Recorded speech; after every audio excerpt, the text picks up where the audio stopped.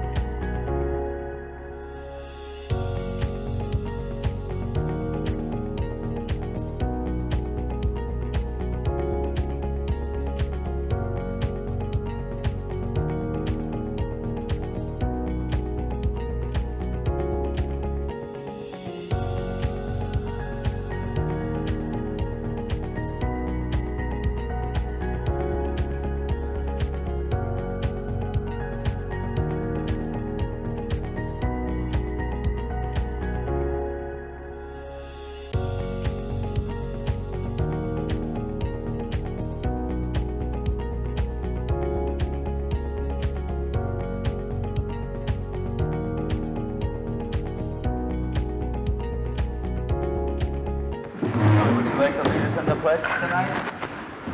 I pledge allegiance to the flag of the United States of America and to the republic for which it stands, one nation, under God, indivisible, with liberty and justice for all. Alrighty, welcome everybody tonight. We got a nice crowd out there. It's always a good thing when we have a good crowd out there. It's always positive when you see people out there. I don't know. I'm hoping it's going to be positive tonight.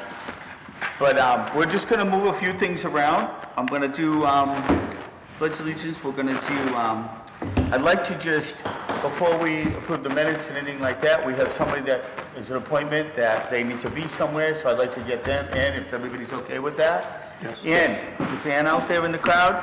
Yes. Come right up here. Sit right down. Hi, how are you tonight? I'm good, how are you? Well, I guess I'll give you the floor. You introduce yourself and... You know me. Ann Heffernon, North Swanzey.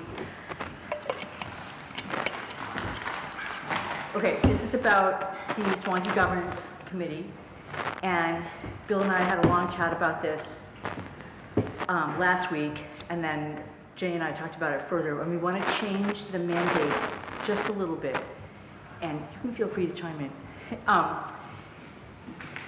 We liked the idea where we were going, which I talked to you about before, which is more of a communications type of thing, but there was some pushback, and it was kind of hard to get the committee to really buy into that, although some did, and I still think it's a good idea. But this is what we've come up with to move forward. I'm going to read this to you. The Swanzey Governance Committee will be charged with the exploration of specific current ordinances and policies for the town of Swanzey as dictated by the Select Board. We will review said policies relevant to projects and issues that the town is facing and determine if these policies and projects need to be updated or remain as they stand, making specific recommendations to the board. Further, we will create a subcommittee to assist other committees within the town in publicizing specific events of importance. A template will be created to aid with communication needs relative to products and issues that the town is facing. SGC may help with these tools and/or provide guidance for the committee requesting help to do so. Does it make sense? Questions? So it's really going more in the general idea of a governance type of thing as opposed to just communications, but it's kind of combining both. And I did take the liberty of talking with one member of the committee that was probably not going to stay because he didn't like the idea of what we were doing, and he immediately said, yes, this is what I want. So I'm guessing other people might as well. Do you, I think... You're guessing that some other people might step aside? No, that they they'll would stay. be more inclined to like this process.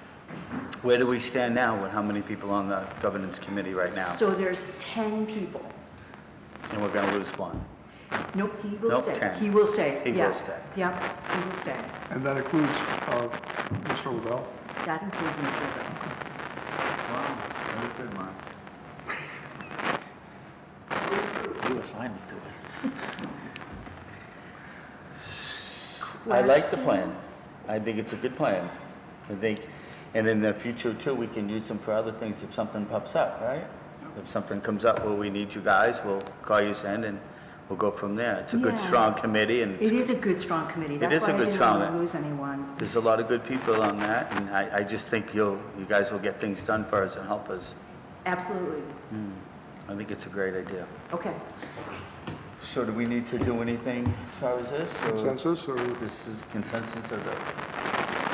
Okay. Okay, two quick things. Yeah. We will, with your permission, be adding an alternate, which is pretty funny for our committee, but Scott Self, which we really would like to have that happen, but is he behind me? I got it. And just one other thing, When would you use an alternate?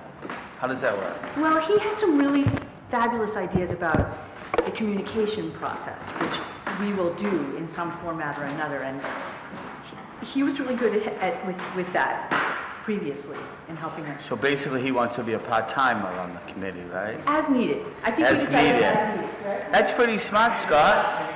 Scott, that was pretty clever of you. I thought You know, he was you're not gonna committed, alternate. but you are. Yeah. I like that. I thought it was an You're alternate just putting attendance. one foot in. That's a good idea. I wish I could do that with this. So if that's okay, I will let Heather know or Katie know, and she'll draw the papers up for that.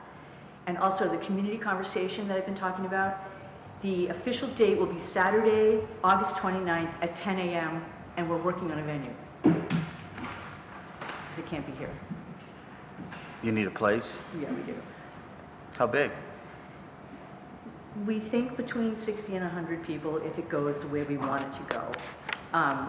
I had, Whitcomb Hall is booked, unfortunately, and the event that will be here conflicts with the time that we would have. So I talked to the library in Keene, but the parking would be an issue there. We thought about the Grange, but that doesn't have a bathroom. The church maybe, but Bill is also speaking with the superintendent of schools to see if we can do something there. What about my room? Yeah, I wondered about The that. Dublin room, the back room? That would probably work. It's a nice room. I just have to close the bar, that's all. Put the boards up Well, it'll be around the the morning, bar. 10 to 12. Who's drinking that early? Well, if you run into trouble and I can help you, come and see me. All right, I appreciate that. I'll leave it at that. Okay, Very perfect. good. Okay, All set. thank you. Thank you. Can I say one thing to Ann? Yes, sir. I want to compliment you on the Facebook post you had about the drowning on Sunday afternoon, about the heroic woman whose name I'm beginning, Tara. Tara, Yeah, and also the policeman. So I just want to thank you for calling that to our attention. it needed to be said because she kind of got left out of things and it was heroic. There's no question about it, it was heroic. I don't think I would have had the wherewithal to do what she or the policeman did, who she praised highly, so. Thank you. And thank you for fitting me in for the week. Bye, Ann. Thank you. Okay, Mark, I'll give you the floor. Make a motion to approve the regular minutes for June 3rd and June 8th. Second? I left my minutes in the car, but there's just one minor change. It had to do with, I think it was on page 3. Of what one? I don't remember. But I thought the minutes were going to be with us. But anyway, Lori made a comment with regard to the 911 address for Aldrich Road. There. They're in the packet. Well, anyway, they're not in my packet, but, so it's the paragraph that had to do with the Aldrich Road renaming. Do you remember what meeting that was, Laurie? Was that the one on the June 2nd that we actually already approved? No, it was probably, it would have been June 3rd. It's under B, update Would've been- on status of Aldrich Road. Okay. It says Lori announced that she received notification from the chief confirming. That's it, right there. So- So I just wanted to clarify that it's the fire chief. And that I wasn't clear on either, that's why I just mentioned. Okay. Okay, that's a good Thank you. good change. You're welcome. So I got a second?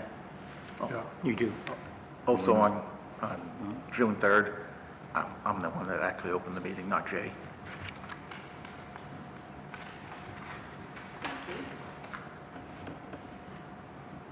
So we good?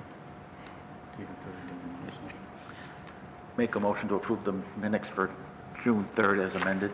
Second? the motion? All in favor? Aye. Aye.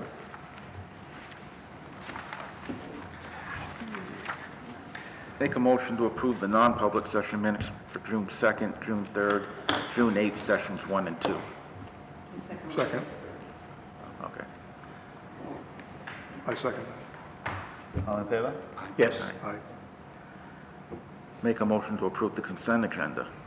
Second? All in favor? Aye. Aye. Aye. Anybody that ain't on my appointment list out there that would like to speak and public input, you can come right up here. How are you tonight? That's always a good That's a thing. first. What is he? Reasonable.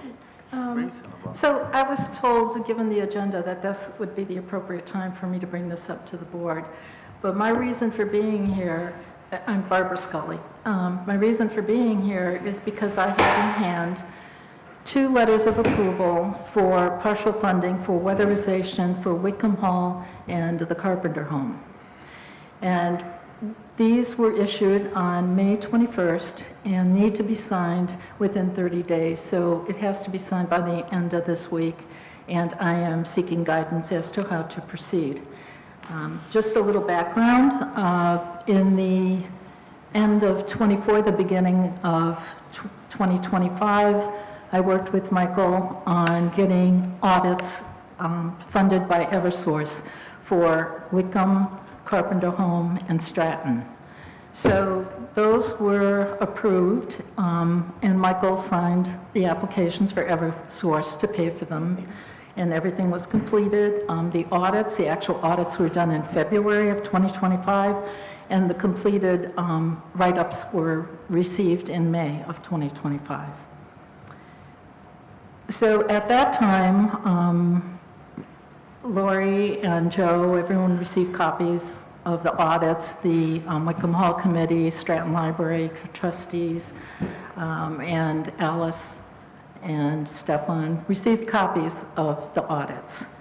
And the big question was, how are we going to get funding for this if we were going to go ahead with it?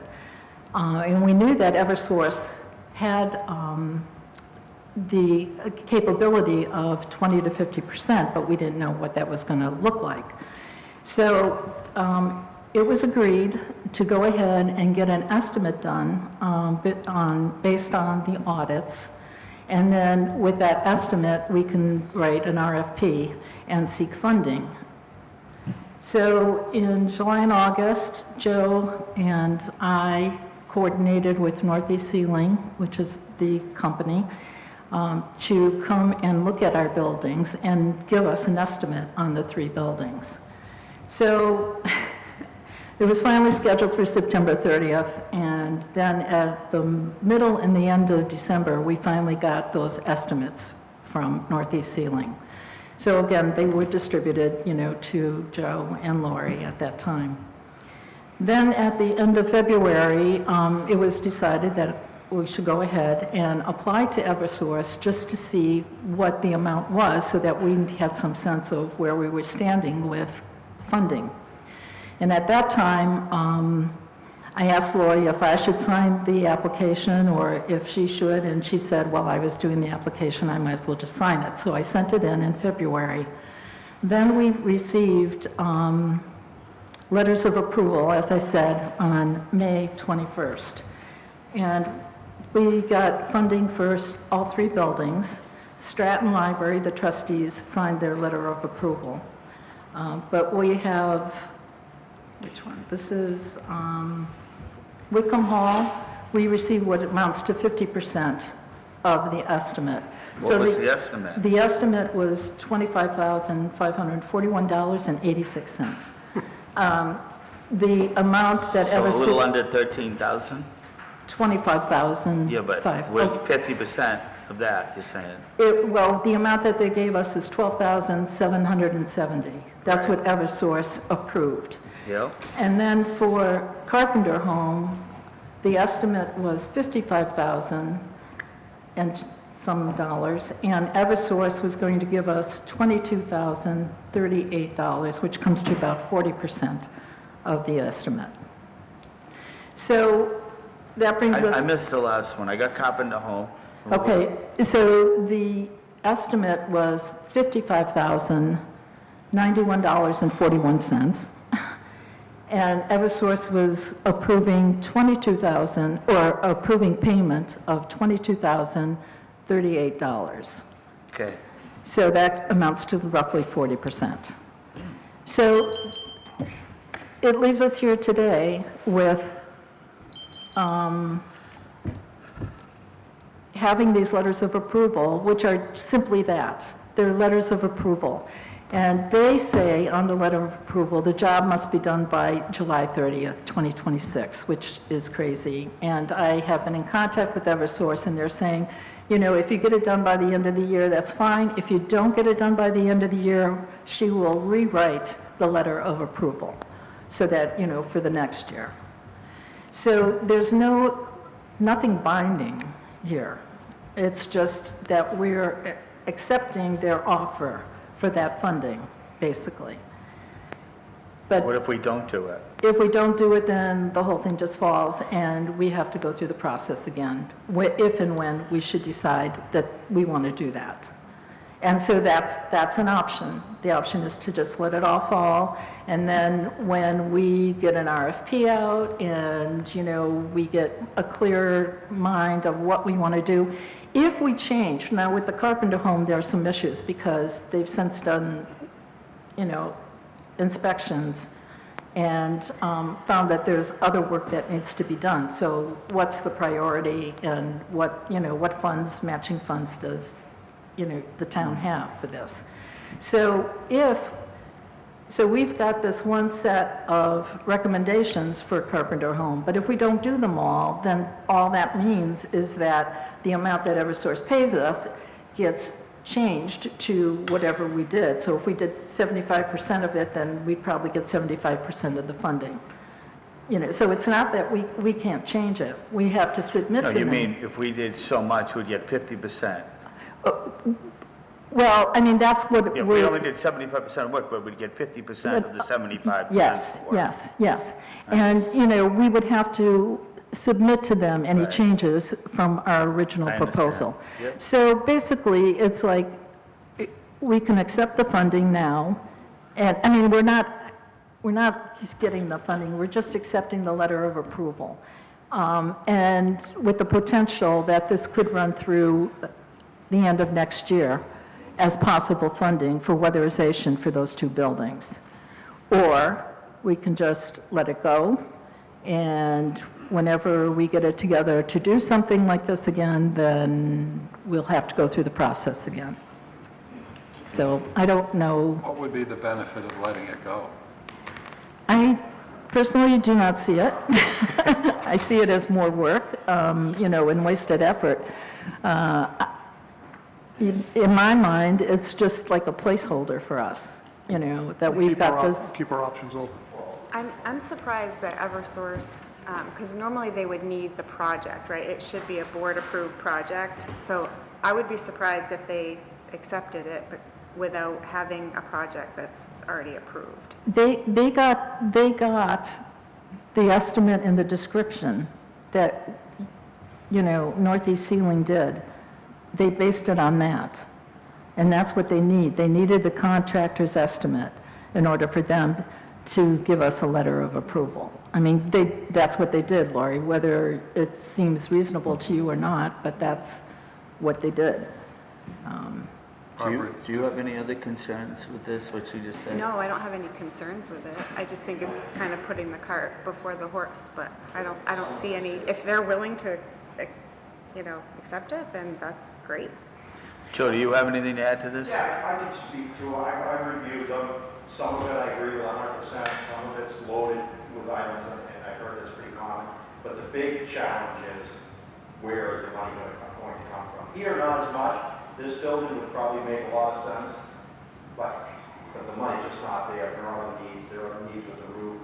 There's stuff that we've been working with the work from hall committee. The Carpenter home, on the other hand, it needs a lot more work that should prioritize that. And I've been working with Lori, I've been working with Alice, I'm supposed to meet with her up there this week.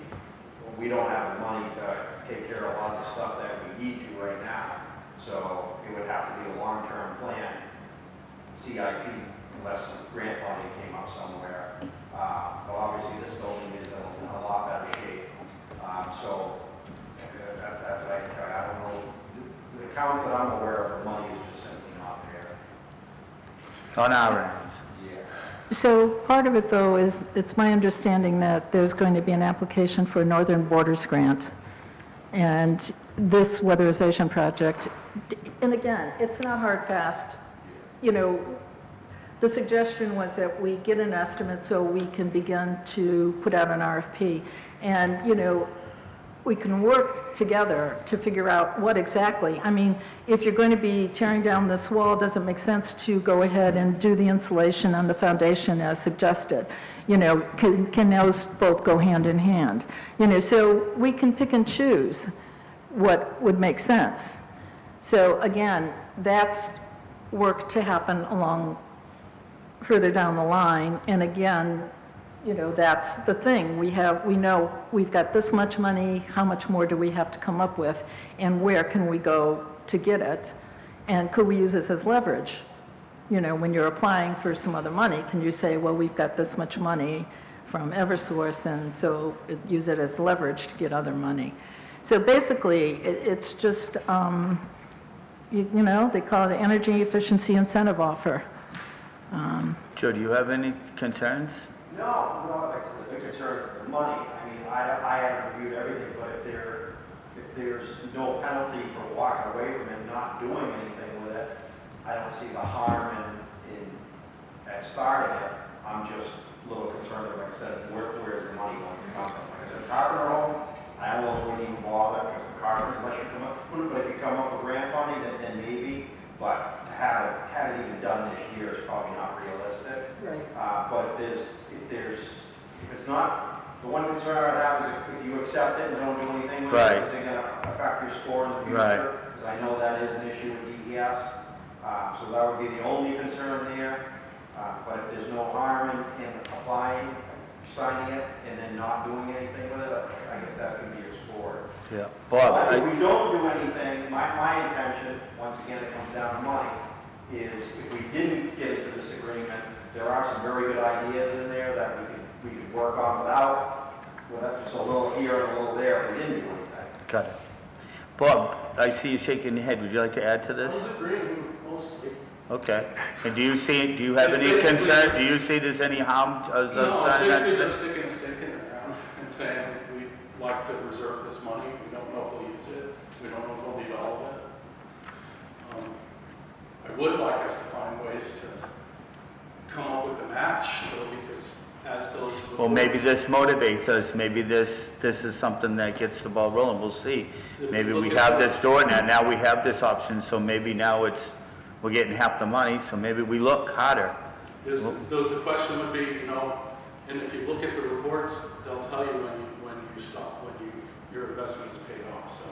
Okay. We have to invest $12,000, it may take 10 years, but after that, we're not, you know, the bills are going down. Obviously, you guys know all that. It's just these little things that we can do as a town, you know, we shave $1 here and $1 there, sometimes they cost a little money up front. Well, I'm not sure if you're aware, I'm actually doing it right now with hopes that the incentives will pay for it all. Eversource just put a big bonus on LED lighting, so they're giving 150%, they're giving an additional 50% of what they do for LED lighting fixtures, so they will give $150 a light fixture.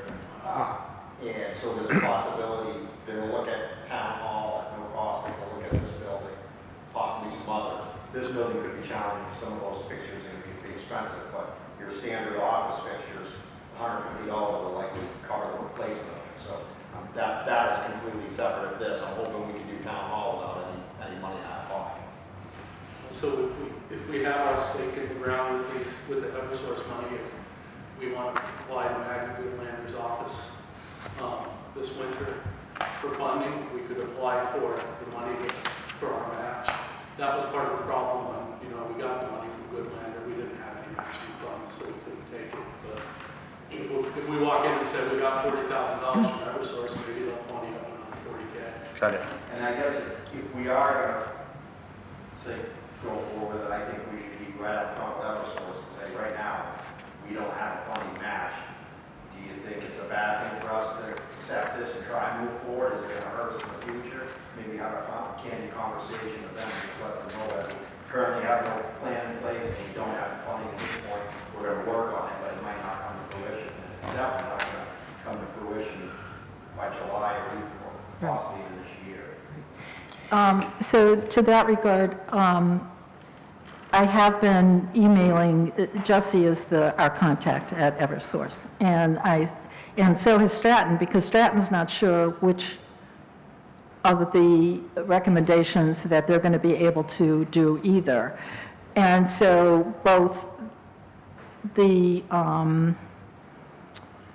chairman of the trustees of Stratton emailed Jesse, and I emailed Jesse. We both are asking the same question. You know, what do we do if we alter this? And her response is, you just let us know and we will alter the amount based on our estimate, that you originally applied for. So it's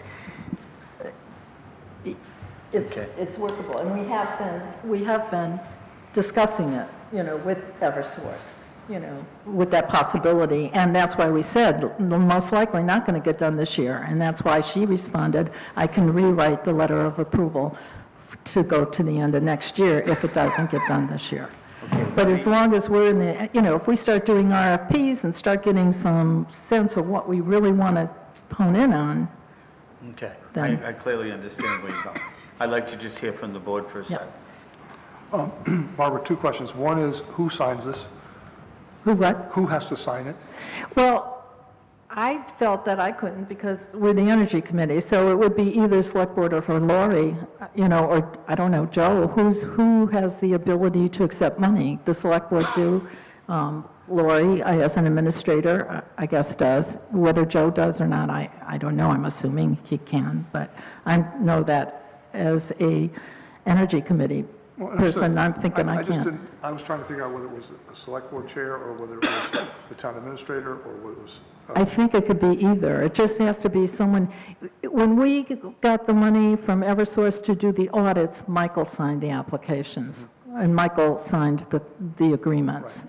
And So, the other thing is, you said the 21st, it has to be signed by the 21st. well, 30 days from the 21st, so May 21st, there's 31 days in May. Technically, it's June 20th. Yeah, so we're talking about a couple days here. Yes, that's why That's why, I'm here, because, Right. yeah. and so getting that signed is a time-sensitive issue. Right, Okay. definitely. Alan, do you have something? Yeah, how much altogether do we need for the match? How much what? Do we need altogether for our match? Well, if one was 40%, and, well, this is the thing, too. Evidently, in terms of Carpenter Home, there is a fund, a Wickham fund, that can be used for renovations, but then I think, as Joe says, there's other things, so you would need to prioritize, how much of that fund you want to use, and whether or not there's Northern Borders money, we can use there, too. As far as Wickham, I'm not sure if there's a Wickham Hall fund. I think there is one, but again, do you want to use it all? Huh? We got other things like Yeah.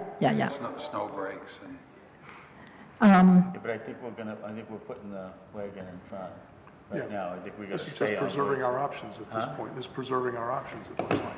Okay. so Joe, who would present this to CIP?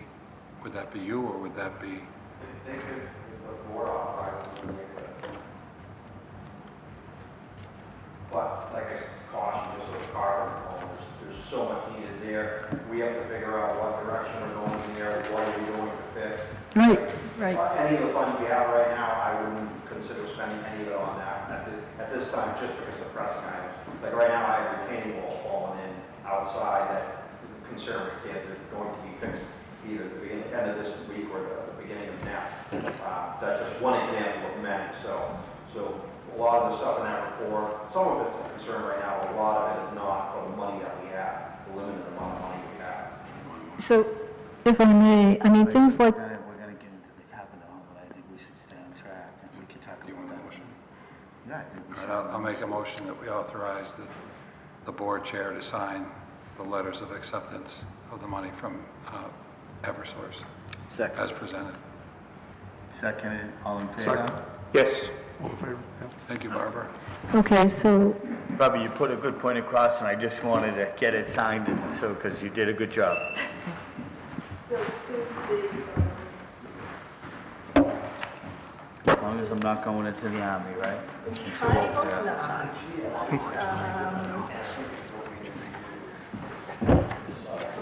Swanzey, customer signature and title and date. So that one is for, Wickham, this one would be for Carpenter.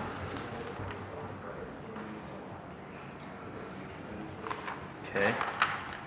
And this one here?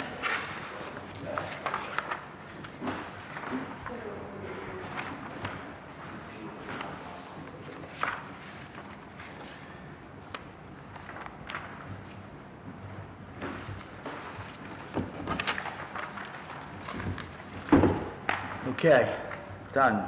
Thank you. And so, do you need copies of this somewhere? If you want to, can you email it to me or? Like scan and email it to? Okay, thank you, Bev, I appreciate it. Thank you, Barbara. So she was the person to raise her hand on public input. Is there any more on public input? Okay. And we did, right? Yep. Now we'll talk to Joe. Joe. I think, well, we signed the papers that we needed to for Joe, right? Yep, they should be in the red folder. Yep, so we just need a motion. That's basically it, the motion to approve him for all of Right. each of those projects. Yeah. So, we can do that. I move to authorize the DPW Director, Joe DiRusso, as a designated representative for the town of Swanzey for the following clean water SRF projects, California and North Winchester Street improvements, comprehensive WWTF study, and comprehensive stormwater CIP. Second. All in favor? Aye. Okay, where else should we take care of Joe? Wasn't there something else we needed with Joe? Right here, yeah.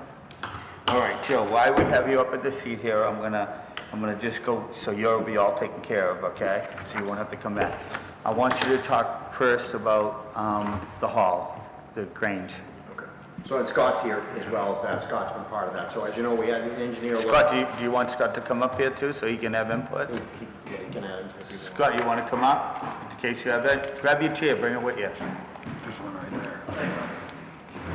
Just in case you have some input too. All right, Joe, go ahead. So we had an engineer look at the Grange Hall. You have the report in front of you. Told us a lot of what we already knew. It's a little vague. I kind of expected more information out of his report. He talks about some repairs and such, but doesn't really get into much detail about it. You'll see in there he put concerns, which I have concerns about. I don't think anything imminent is going to happen, but as you read in his report, I don't have it committed to memory exactly what he said, but he had some concerns from a safety standpoint, which I do as well. He talked about heavy rains causing more erosion. I don't think that's imminent, but it's always a possibility. I see a bigger concern that the supporting underneath the chimney in the building downstairs is a pump jack that's barely holding on to it. The likelihood that something could happen with the chimney is I wouldn't say probable, but I'd see that happening before we saw something collapse with the foundation. The chimney could fall down inside the building. One of the concerns, I went in there really recently and Scott was with me, seems like the use of the building is being expanded more. There was a bunch of yard sale stuff stored inside there. So you can see in the engineer's report, he said the select board should either consider closing it to public use or limiting the public use. From the day one, from when I went down inside the basement there, I've had some concerns about the foundation. On a positive note, floor joists and stuff like that look pretty good. We've done a little bit of follow-up work after it. Stefan has reached out to the state, and obviously, as you know, he's working on grant funding. But the building can be jacked and have the foundation completely repaired with drainage put in. Local contractor Grayson Smith has worked with us on that to give us an idea for a placeholder for budgeting, and that's around $160,000. A couple other options of piecemealing different sections of the foundation. One of them would be more money than replacing the whole foundation. It didn't make a lot of sense. But I think that's the direction we should go in if we can get grant funding. But as far as drainage or any excavation around the outside of that building, you can't touch it right now with the current state that it's in. So I think we'll continue to keep looking for funding for that, but it would be my recommendation, and I think Scott feels the same way, that if we can come up with grant funding, the way to do it is jack the building, put a new foundation under it, a complete drainage system. Did you say 160,000 or something like that? Yeah, you'd obviously go out to RFP, but that he helped us tally up a placeholder of what he thought he could do that for, which I think is a pretty reasonable price. Just so everybody knows on the board, Stefan is working on a grant through LCHIP that he had to turn in by today, and he was working on that when I left town hall this afternoon, still working on it. He's the last thing is almost that he said it was running into was that the grant application wanted a high-quality photo of the original condition of the building way back when it was built. Anyway, he's working on it, and it sounded, he seemed very positive about the chances of our getting that money. Do you know he got it in time? I'm assuming he got it in on time. I felt he, You feel that way? I'm sure he did. yeah. over the I last talked 3 to him days, today. I asked him every day, and he said he's on track to do it, he's on track to do it, he's on track to do it, so that's all I can say. So you're bringing to us the suggestion that we make it so it's safe, so nobody really goes in there because it's unsafe. I'm just bringing it to you that you have a decision to make there. I've had concerns from that day one. The code enforcement officer, Chris Levy, was horrified when he saw it. So those issues are out there. I don't think an imminent threat with the foundation letting go, if we ever had a heavy rains again like we did in July, it's not out of the realm of possibilities. But something definitely could happen with that chimney. Do you agree with this, Scott? Yeah, the foundation probably would not be going anytime soon because you've got that inside foundation there, so there's really no place for the foundation to go. It can't go outward. Because of those big cement blocks in there. The big No, cement new it's wall. a foundation in there, yeah. And it's about like 6 feet from the other one, so they didn't disturb that. So yeah, something, the foundation probably isn't gonna fail. The chimney, yeah, could come down. I don't know that it'd fall, it's boxed in, so I don't think it'd fall into the building itself, but it certainly could use another jack or something a little more permanent underneath that brickwork, because they had just jacked it up when they replaced some of the joists and everything. And then somebody had told me that the Grange Hall Committee, you may know this or not, that there was some big plan for the 250th, which definitely should not have a lot of people inside that building, so. Yeah, I know at home day, I think they planned to bring people in there, but yeah, limited access to the building is probably a good idea, but not total non-access to it. Like the Grange Hall, I think should still be meeting in there. Probably the Coffee Connections one too, that doesn't bring a lot of people in, just to keep interest in the building and things going in that regard. There were 14 of us this morning at the Coffee Connection there. You got 14 in there? Yeah, see, that's not a really... And it was used for our yard sale a couple weeks ago. Yeah, Is that what that's for? Yeah. Stuff in there for yard sale for the Preservation Society? Yeah, I think it was 2 weeks ago, the same day the Old Homestead Garden Club had their yard sale. Yeah, I would recommend stuff like storing materials and excessive use coming in and out. I wouldn't recommend that. I think the challenge is that it was really sort of a CYA report. It opened the door to potential liability, but didn't give us anything to hang our hat on. But if something goes wrong, somebody's going to look at us and say, why the hell didn't you do something about that? It just was a very vague That's what I said from the start. summation. Even very vague as far as what to do with it. But take that report out of the side. If something happens in there, the town, we're aware of it. The pictures, everything, it's a concern. But like I said, if the foundation, if something happened with the foundation, I don't think the building's coming down, it's going to settle. If I dug beside it to put a footing drain in, it could definitely come down. But if we had heavy rains and it eroded and the foundation collapsed more, you'd probably just have a settling. I don't think it's gonna fall in, but that chimney could definitely do something over there. And like I said, if I was making the decision, I would say, okay, we can limit the use. Put a certain, How do you limit it? yeah, just I a thought it certain was amount already of limited. people. I thought it was already limited. But I hope. I don't know. It was limited. Norm limited it when, quite some years ago, when he was chief, because they asked for a place of assembly once.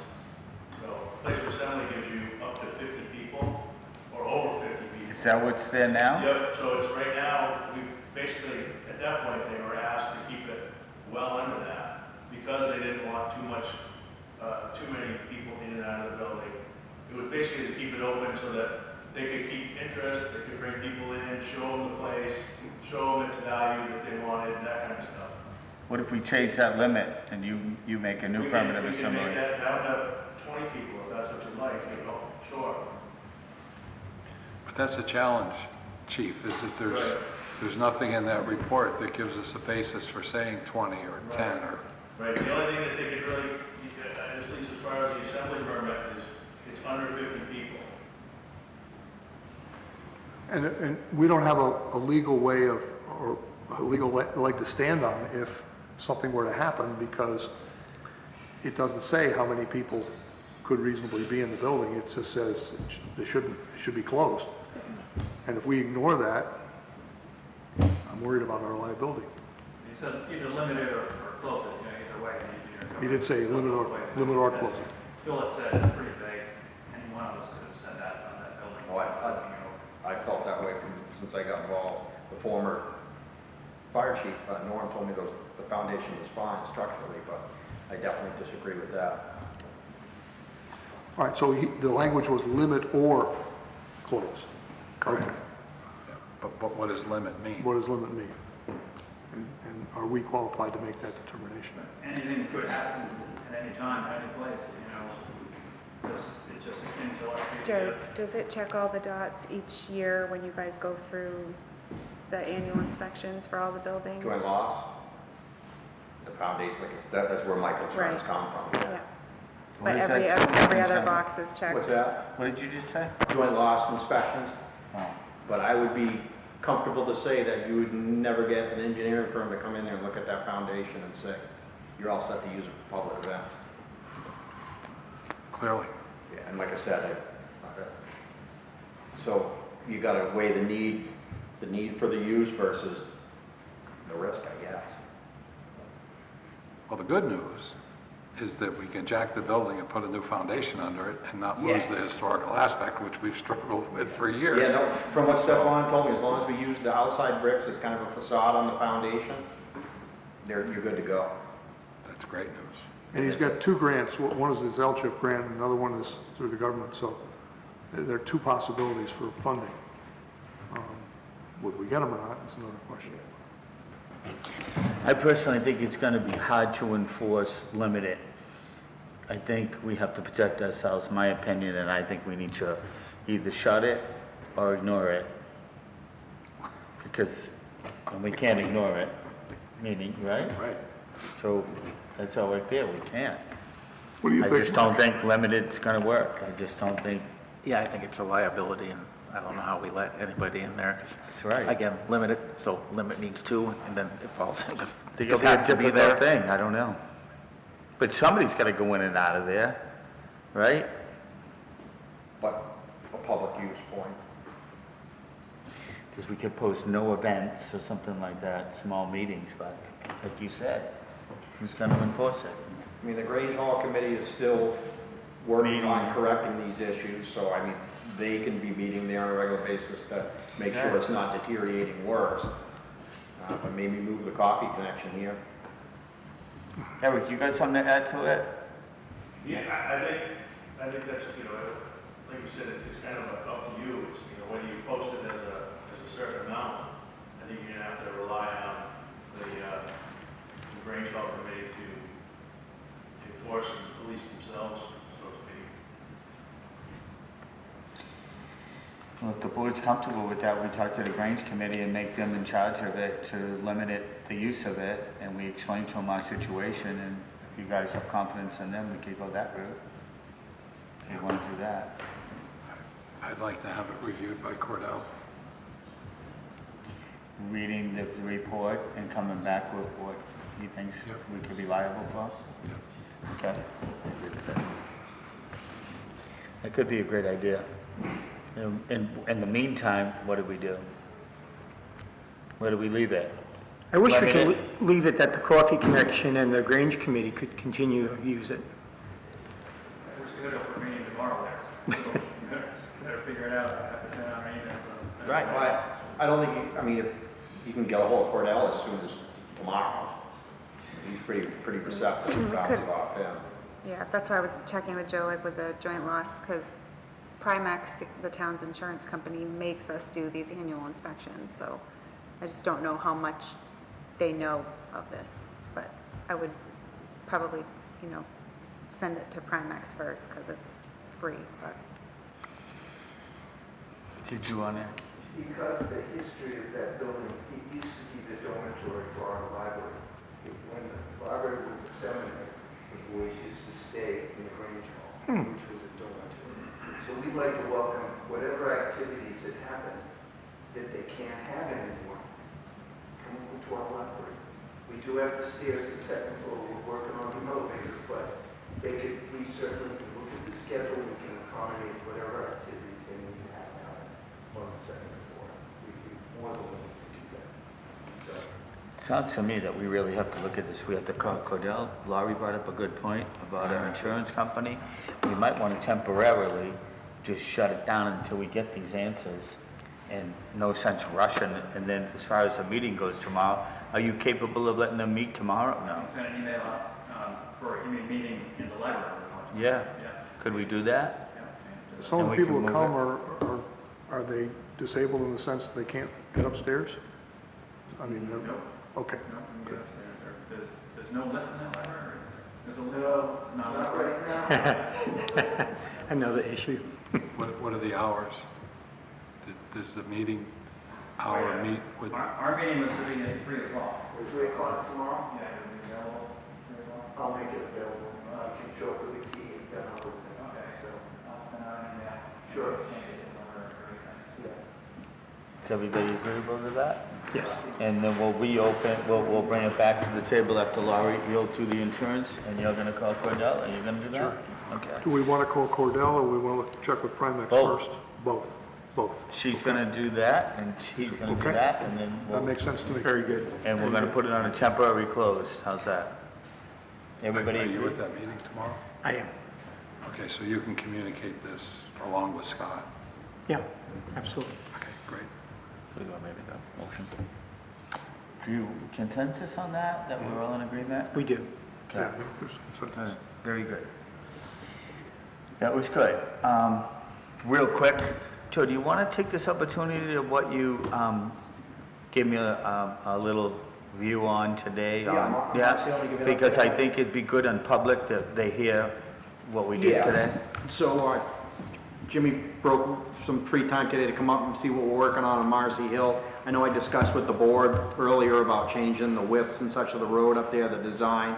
And so today we did a bunch of layout. I called Jimmy and wanted him to come up and take a look because I'm sure there may be some complaints.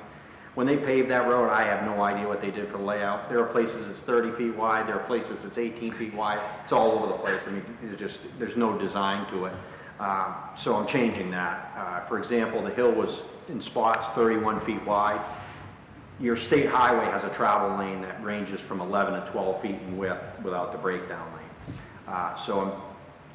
Most of the road can only be 20 to 22 feet because of the geographical location and the property boundaries. But the main portion is the hill and then the intersection up at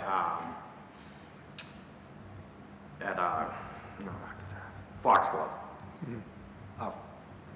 Fox Run. The intersection's wide and it's a big sweeping corner.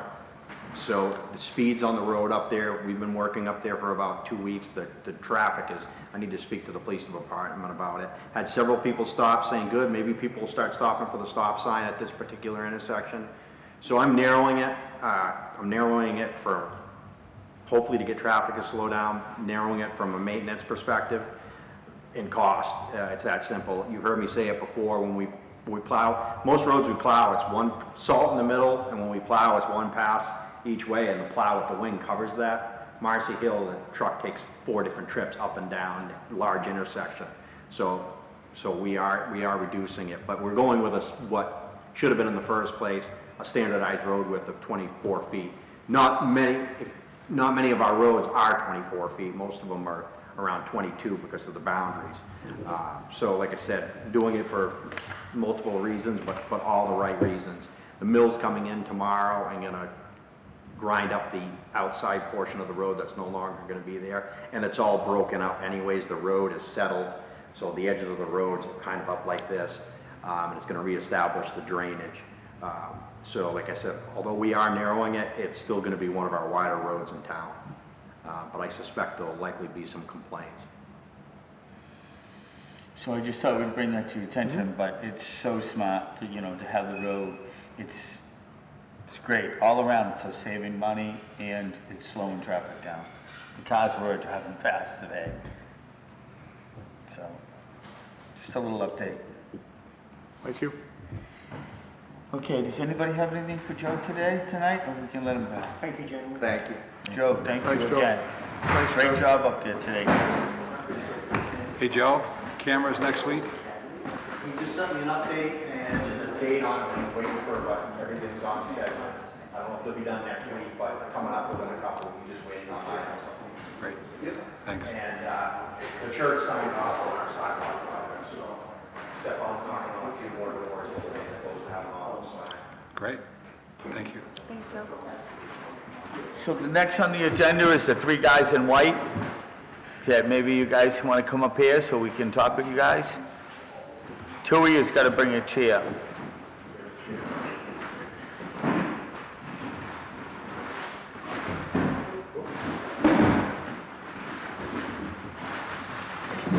These guys are scarier looking than us, huh? Looks like we're gonna have a war here. I'm looking at the different colors on the shirts, you know, it's good. Different vintages. Mine's lighter. Yeah. These ones are a little bit heavier. This is more of a summer weight one. Ah, okay, all right. So we're meeting on next Tuesday with our regular meetings that we've been doing with the select board. But we brought you here tonight because we're getting really close with the fire station. It's getting really close. I was out there, the garage is all emptied out now, other than your furniture sitting in there in the boxes, which I understand you guys just haven't had the time to get to that. And I understand that you have a busy week this week with the music festival, and you're gonna be spending a lot of time up there, so it's understandable. But that being said, we're almost at the point by Monday or Tuesday, we could actually pull a truck in there.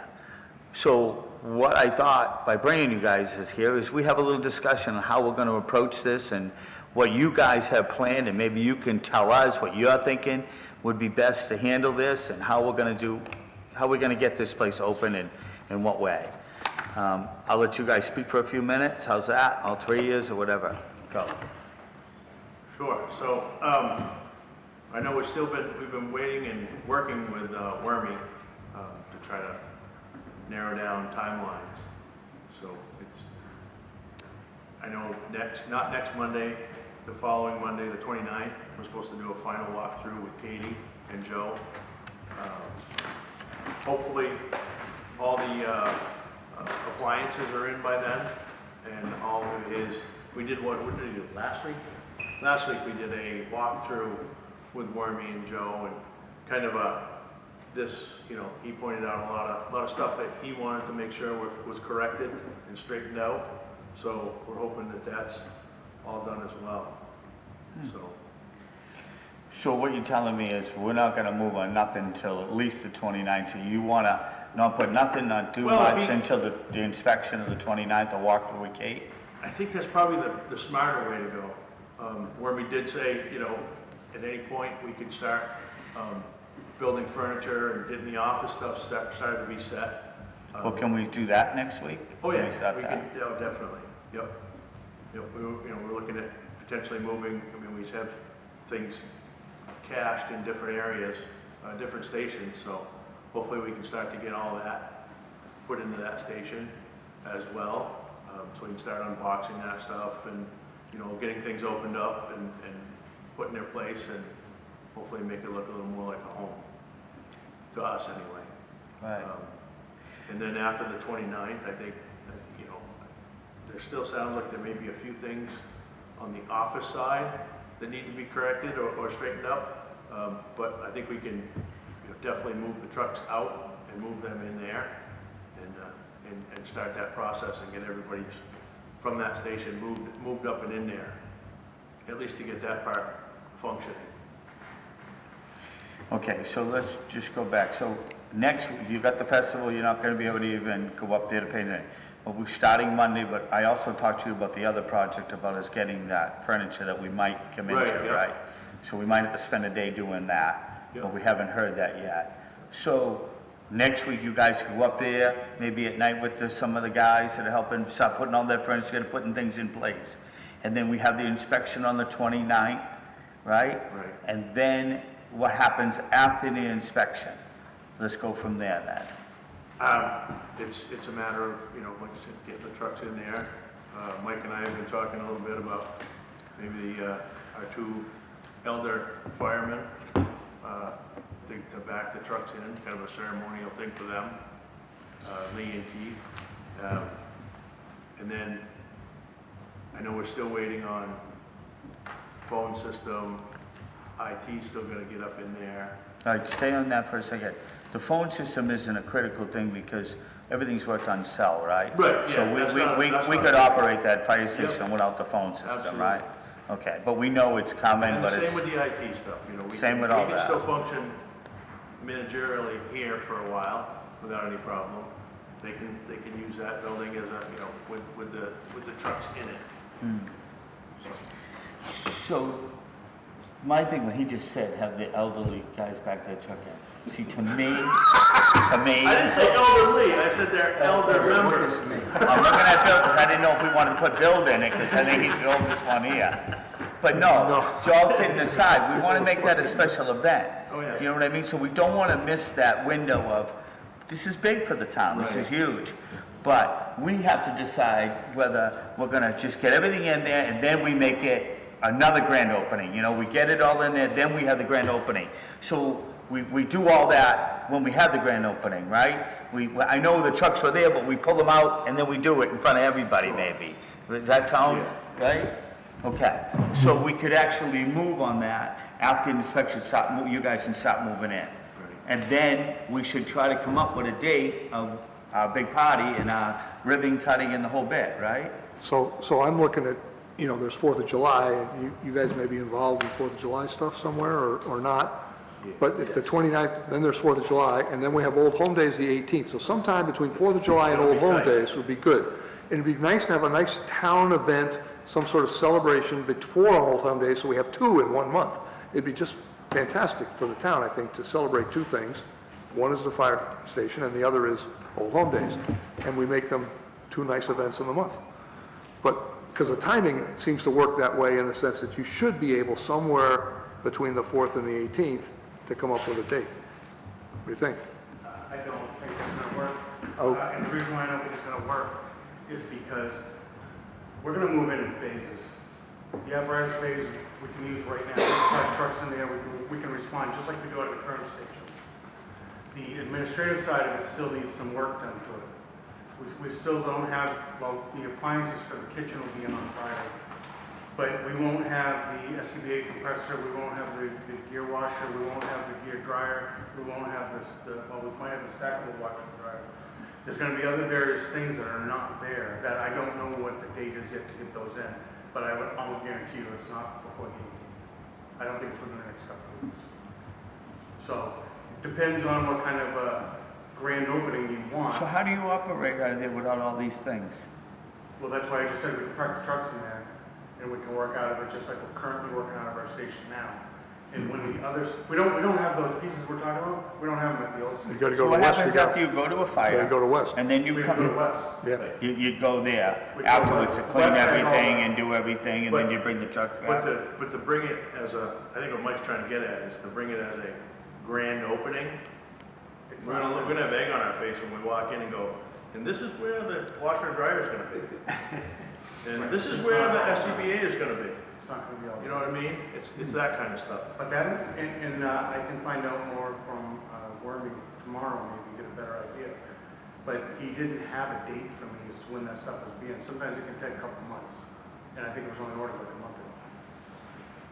We can honestly wait a couple months for a washer and dryer? It's not a washer and dryer. I know. Huh? It's a big equipment. I know. Yeah. So, It just seems like it's a long. so what do you think is reasonable in terms of timing? I mean, we're talking about the, I will know better, I probably give you a better date tomorrow. Because I'll know when some of that. or at least next Tuesday when we meet again. Yeah, I definitely know by then. How about that? We can table this discussion until next Tuesday? Okay. It matters how much of a grand opening you want. If you want a grand opening that doesn't quite have all the equipment in it, then we can do it next week, or No. in 2 weeks. We're gonna use that word grand. Yeah, We want a grand. Right, I mean, it would be nice to have some lawn out there that's growing. That's true. Just some leaves. Well, I don't see the rush to it. I think we should, you know, as long as we know we're on track, and I was just trying to get it, this is good. Now we got a little direction, right? So we sit back and we wait, you find out. Tuesday, like Jay said, when we meet, we'll talk about it a little more. So the grand opening, the ribbon cutting, still on hold in the date, but We are gonna move on after this weekend. You guys are gonna get in there and start putting the furniture together.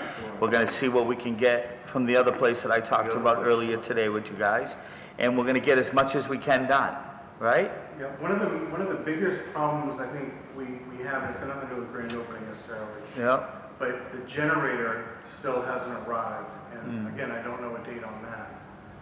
So we have no backup power to the station, which means if power goes off when we're in there, we got no lights, we got no door openers, we got nothing. Well, that ain't. And in order to be able to, we have a generator that we had a used one in the station that we got up and running so that we could temporarily take a couple of circuits and run the generator and do it, right? But it's not as easy, it's not that easy, because the electrical panel's in the middle of the building, and the generator obviously is not, and it's not all, it's something we gotta try to overcome and figure out a way of dealing with it. Do we have any time on the generator? I'll find out again tomorrow. So we're basically in supply chain issues here. We're just not getting the stuff in. That's what Yes. we're just talking about. And I know the generator was ordered quite a while ago, so it's not from a lack of trying to get it here. Well, that's a gamble. We can't take We that can't, gamble. we can't operate the station without the backup generator No because it's way. not safe. And you're all Right. about We're safety, tripping so over we each can't other do trying to that. get in the truck. The offices aren't a big deal, because the offices. Can't get the doors until open. we get Yeah, it, we it's can stay here. getting the doors open, and it's just getting the trucks out when you need them, so. Right. and You just- can run right through them. No. I'm thinking of the old ones. Yeah, that's it. So I really support what you're saying. It's unfortunate because I would like to do it sooner rather than later, but we want to make this a really grand opening. We want to open the station as it's functioning, as it's perfectly ready to go.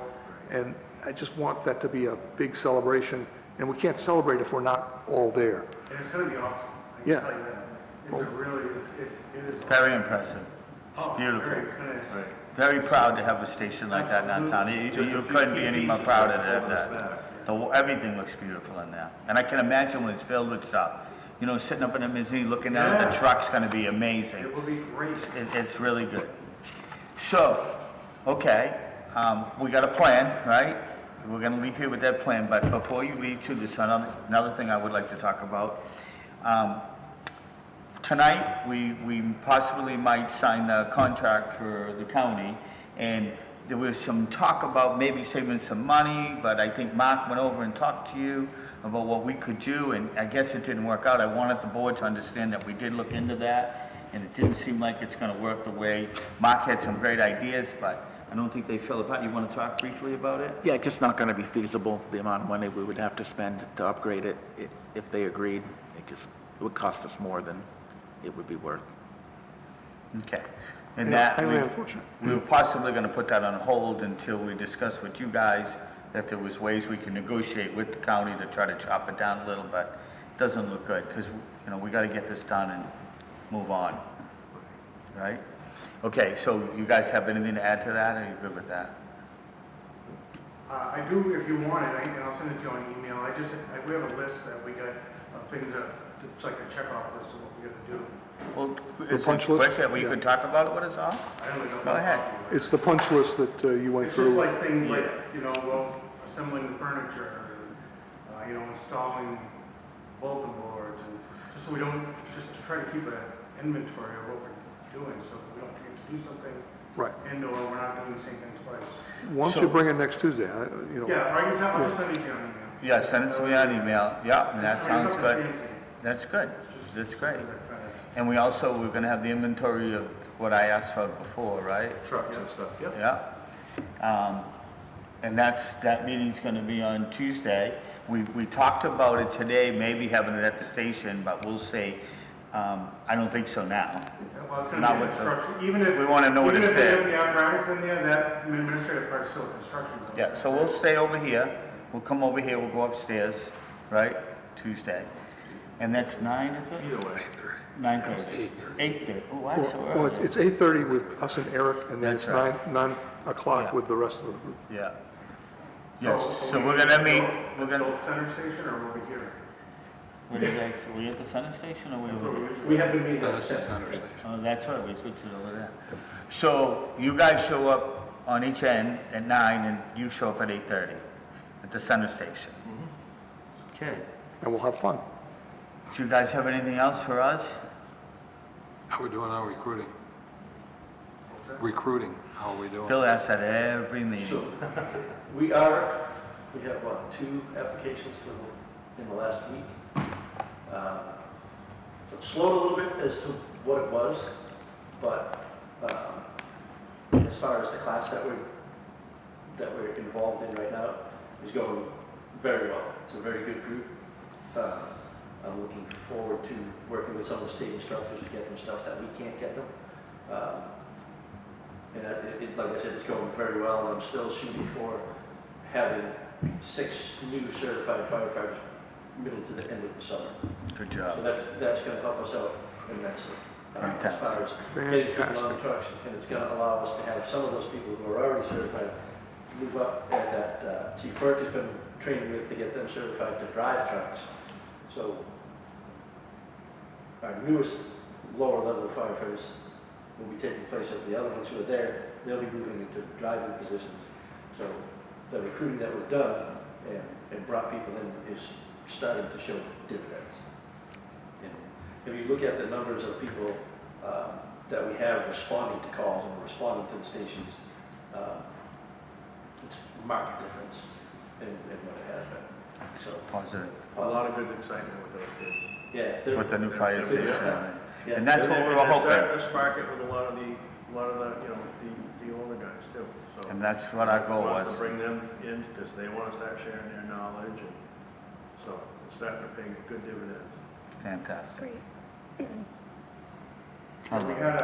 had quite a call yesterday. It wasn't in our town, over in I Winchester heard. Fire, right? I mean, hats off to the Winchester Fire Department and all the mutual aid companies that went to that. They did a heck of a job of getting to the fire and getting it put out.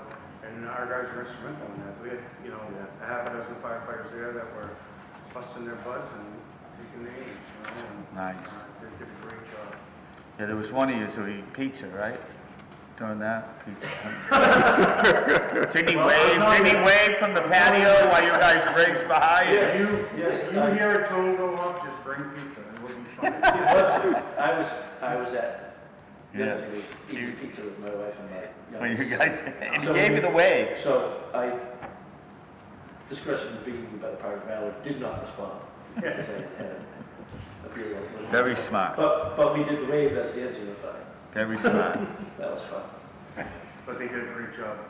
The mutual, again, it's a perfect example of our mutual aid system and why we're, I would say, second to none in our mutual aid system that we have around here. It's awesome how it works. That can't be handled by one town. And as a group, we come together and put it out. Go home. Good feeling. It's a great feeling to know that I you bet. have friends all around. I bet. It's a big team. It's nice. Positive. One thing I'd ask you to think about for Tuesday, lately, the last few years, when there's an incident in town, we tend to find out about it through Facebook. And back in the day, we used to get sometimes pictures, but we get a report. And I understand that every time you go out on a call, it doesn't warrant that. But we had an incident at Wilson Pond the other day, and I think that's something that could have been communicated to the chair directly, if not the whole board, just so we get it straight and it's not coming through Facebook. So if you could just kind of think about that, and maybe we can toss it around Tuesday. I was there late in the process, of course, but there was nothing for me to do, but it would have been really nice to know, have a report of it. I didn't want to bother anybody at the time to tell me what was going on. I just stood there and watched. But it was really nice to see everybody showing up and talk to mutual aid. We had Keene, we had Swanzey, we had all sorts of people there, Swanzey PD. So. Well, it would be a great opportunity for us to do, I think in the past we've done press releases. And then it's in our words as to what we want to get out of it. Yeah, it's a great idea. Good point. I was biking on Hale Hill 2 weeks ago, and I saw 2 trucks and an ambulance go by, racing by. And when I go back to my home, I live across the street from the Swanzey Fire Station, I stopped in and asked Jeremy what was going on, because I was curious. But that would be lovely if you'd send something just so we'd know. Well, that was a kind of routine call that we've gone to up there. I mean, are you looking for? No, I was just curious. On every call? I was just curious what happened, but yeah, I think it was. What do you think would be appropriate? Yeah, Richmond Road, yes, okay, yeah, we left here. Yeah. We left here to go there. Last time we were here, the second time we left. Alan reminded me of the days when I was a kid on the bicycle and the fire truck, when you chase the fire truck, you go, you wanted to see it, so, right? You'd chase it on your Ross bike, you'd chase that fire truck and see where the fire was. Yeah, those are the simple days. So we appreciate the work that you guys do. We do. Thank you very much. Thank you. Thanks for allowing us to serve the town. This is great. You guys are doing a great job, and we're very appreciative. Swansea's lucky to have you. So we'll meet Tuesday, and I'll let you guys go so we can move on, so I can get home. Thank you, guys. Thank you, guys. A little.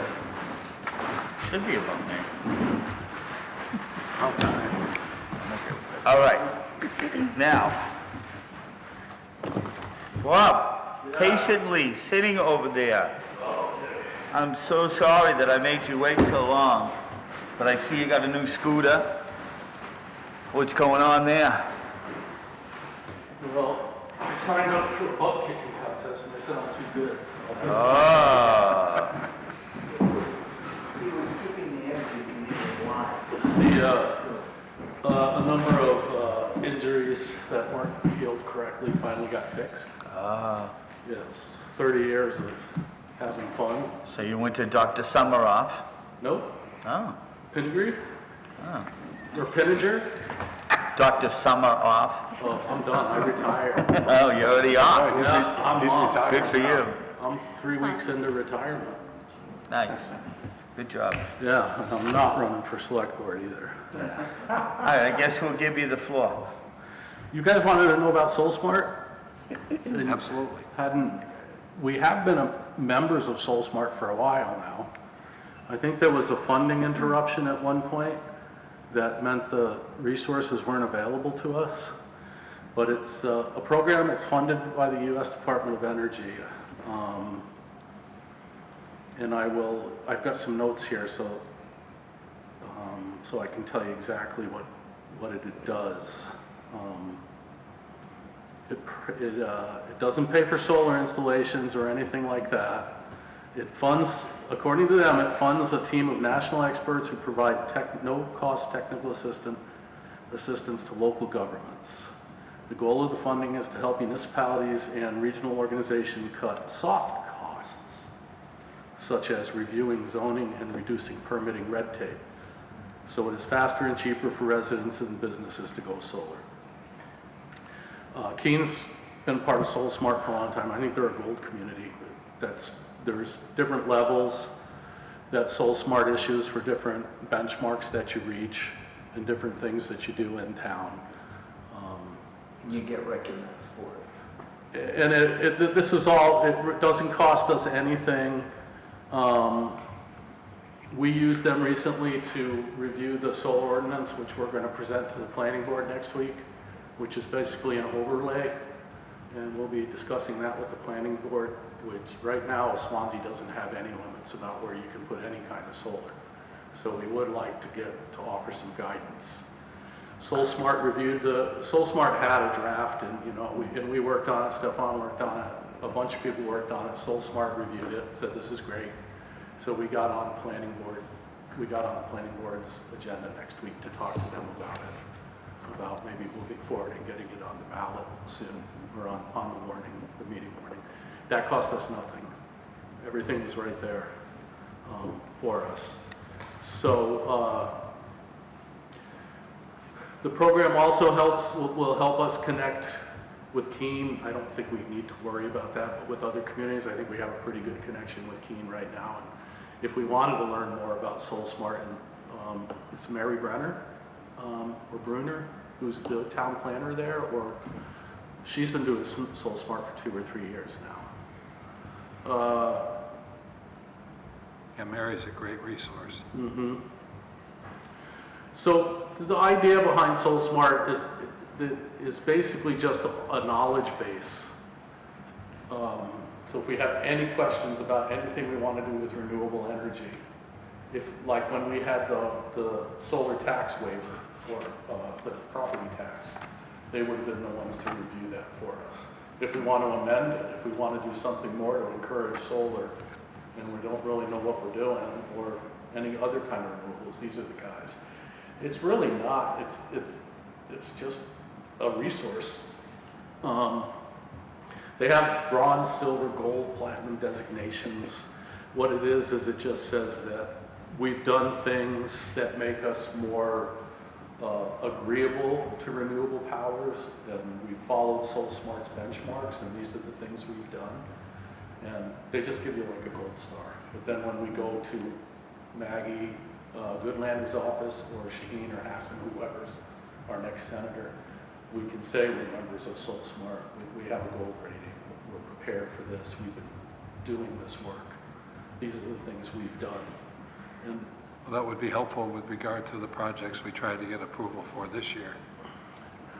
yeah, well, I'm sorry that didn't work out, but we learned a lot in that process. And one of the things we learned, it's important to have these credentials and accreditations, because they ask for them. They say, what have you been doing in the past? What are you going to do in the future? Who are you working with now? And SolSmart say it's a responsibility of the Department of Energy. Who knows how long this SolSmart program is going to be around? There were threats. They did cut it for a while, but they brought it back because people like it. So, I mean, I don't know what else you might want to know about it, but it really doesn't really obligate us to anything. Just, did you have it? Yeah, we do have to sign up, and what we need to do is have a point of contact. And I don't know whether you want one of your staff to be the point of contact, or should Bob be the point of contact? I'm not sure. Well, I know Stefan's been working with SolSmart. He's got somebody there that he's been talking to, so it makes, wouldn't want to get in between. I don't know anybody at SolSmart, but I know that Stefan has been, because he's the one that was running the ordinance, the solar ordinance through, and got their approval. So whether he can sign off on it or not, but he should be on Well, point he person. would just, okay, Yeah. so If that's okay. I'll complete it as he is the point person for the town. Is that appropriate? You guys okay with that? For right now, that sounds like the right thing to do. What did you say, Jen? For right now, that might be the right thing to do, because he's the one with the current connection. I think as we move into another month or two, we might have some other person we want to designate to be the contact person. Can that contact person be changed if we need to in the future? So for the time being, we'll do that, right? Everybody agreeable to that? For the time being, The Energy Commission would be happy to be the point of contact. The only thing is that just Stefan's been doing it, so. yeah, but because personally what popped in my head, I hate to say it was Bob, and I don't know if he was reluctant to it, but I was hoping that he would be the contact person because he brings us a lot of good information. I think he should be the contact guy, but he doesn't want to step on anybody's toes. I can understand it, but I think you should be the contact guy, but if you're all right with that. I'm happy with that, and as long as Stefan's okay with it too, but like I said, he's the one that's been talking to SolSmart, so I just need to hook up with him. I just feel that the board's thinking about, we don't want to put more on his plate. He has a lot on his plate right now. Understood. And we're just trying to get him to get what he has a lot, and they all are out. So, Laurie, you would agree to that, right? Mm-hmm. Right, so if Bob took that, I don't think he'd be offended by it. I thought you were saying you didn't want to do it, but I'm hearing. No, we'd be happy, the Energy Commission would be happy to do it. We just didn't, we knew that Stefan had been contacting SolSmart and working. I would say then the Energy Commission should just work with Stefan and have people in town hall to get things done, but you could be the point person, and that would be fine. I mean, that's the whole idea of the Energy Commission, is we focus that work. Yes, I was just going to say, I think the reason why we had Stefan as the contact, because we're focusing on ordinance. And so being the planner, that's, made more sense to have him be the contact. So I think that's why. Okay, I changed my mind. I think Bob should be it. And, it doesn't really seem like it's like the Eversource grants. It's really just sticking a flag in the ground. And you're retired now. You'll have nothing to do, so it's very appropriate. It's great. Tell me about it. Yeah, retired, nothing to do. It's like not to have me worried every day if you piss somebody off. I'd like to put my library hat on for a second. And I've been working with Lori at the library in the vault, which probably all know of. It's this secret place where we keep all these wonderful antiques. Well, we've turned it into a little museum.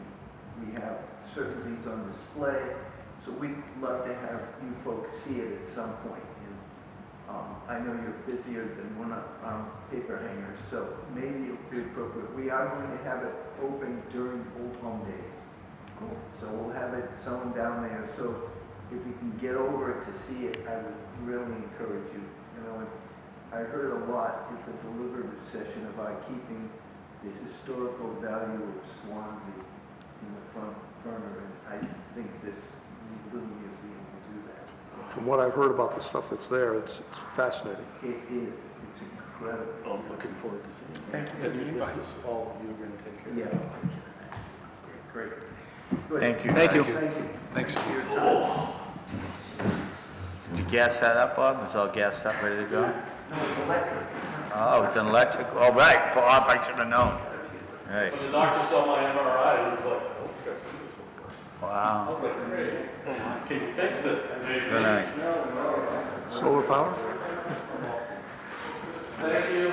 Thank you. All right, so we cleared the room pretty much other than Kathy and Mark here. And Kathy and Mark has nothing to add to our meeting tonight? Well, thank you, Kathy, for coming and being here tonight. And Mark's on there? I know we do, I'm just letting them know if they had anything to say. Oh. That's all. Because I've seen Kathy getting off, and I wanted to say, Just I wanted to wanted let her know. I wanted to let her know that we appreciate her coming. Thank you. No, not yet. Okay. I thought you were kicking me out. Not at all. Nope, I was just saw Kathy moving, and I didn't want her to leave without thanking her, because I love when people come to the meetings. I think it's important. So, Mark, where are we, bud? Energy did. Okay. Okay, the job description in the finance department, where do we stand with that? What are we gonna do? I think the only change I don't know, I have to look at the draft one more time. Well, we do have the change of where the new, Reporting. whoever we hire will come to the board, right? So that has to be put in there, right? Okay. We're collaborating with the town administrator, but reporting. Correct. So those words need to be put in there.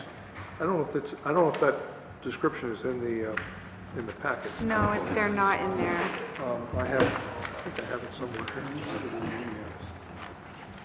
So what are you suggesting we do here tonight? Do we, You probably could email the edits to Megan, and she can make those corrections and send it back out to you guys.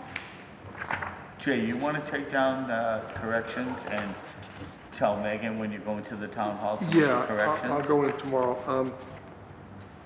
So all I know is the I have one the right now. employment opportunity, but I don't have the job description in my notebook here. Mike, do So- you know of any other ones? The only one I could remember was that they said that the reporting, instead of being to the town administrator, was going to be to us. That was an As important Bill one. said, collaborate Right, with so the town administrator. report to the board and collaborate with the town administrator. is what it Correct. is, right? We So need to add that. That being said, is that something that we approve? Like, do we make a motion to approve that? Once it's done and he does that, right? Okay, so we'll leave that at that. You're good with that? Sure, yep. KJ, you all set with that? Yeah, I'm just finishing my note about that. She's probably pretty adept at it, based on our last meeting. Yes, she should be, and she knows what's coming, I think, so. Okay, want to approve the EMS for the county contract? You guys ready for that? Are we all settled with that? Okay, Mark. I move to award the 2026 EMS and ambulance service contract to Cheshire Emergency Services. Second. All in favor? I think we should just make people aware that they were the bidder. They were the only bidder. They were the only bidder, yes. Only bidder. All right, so there was a second. I asked for all in favor. Did you get that, Sue? I think we all said yes. I was about to say yes, but I'm now going to say yes for sure. Aye. Aye. Okay. So you all set with that? Keep going.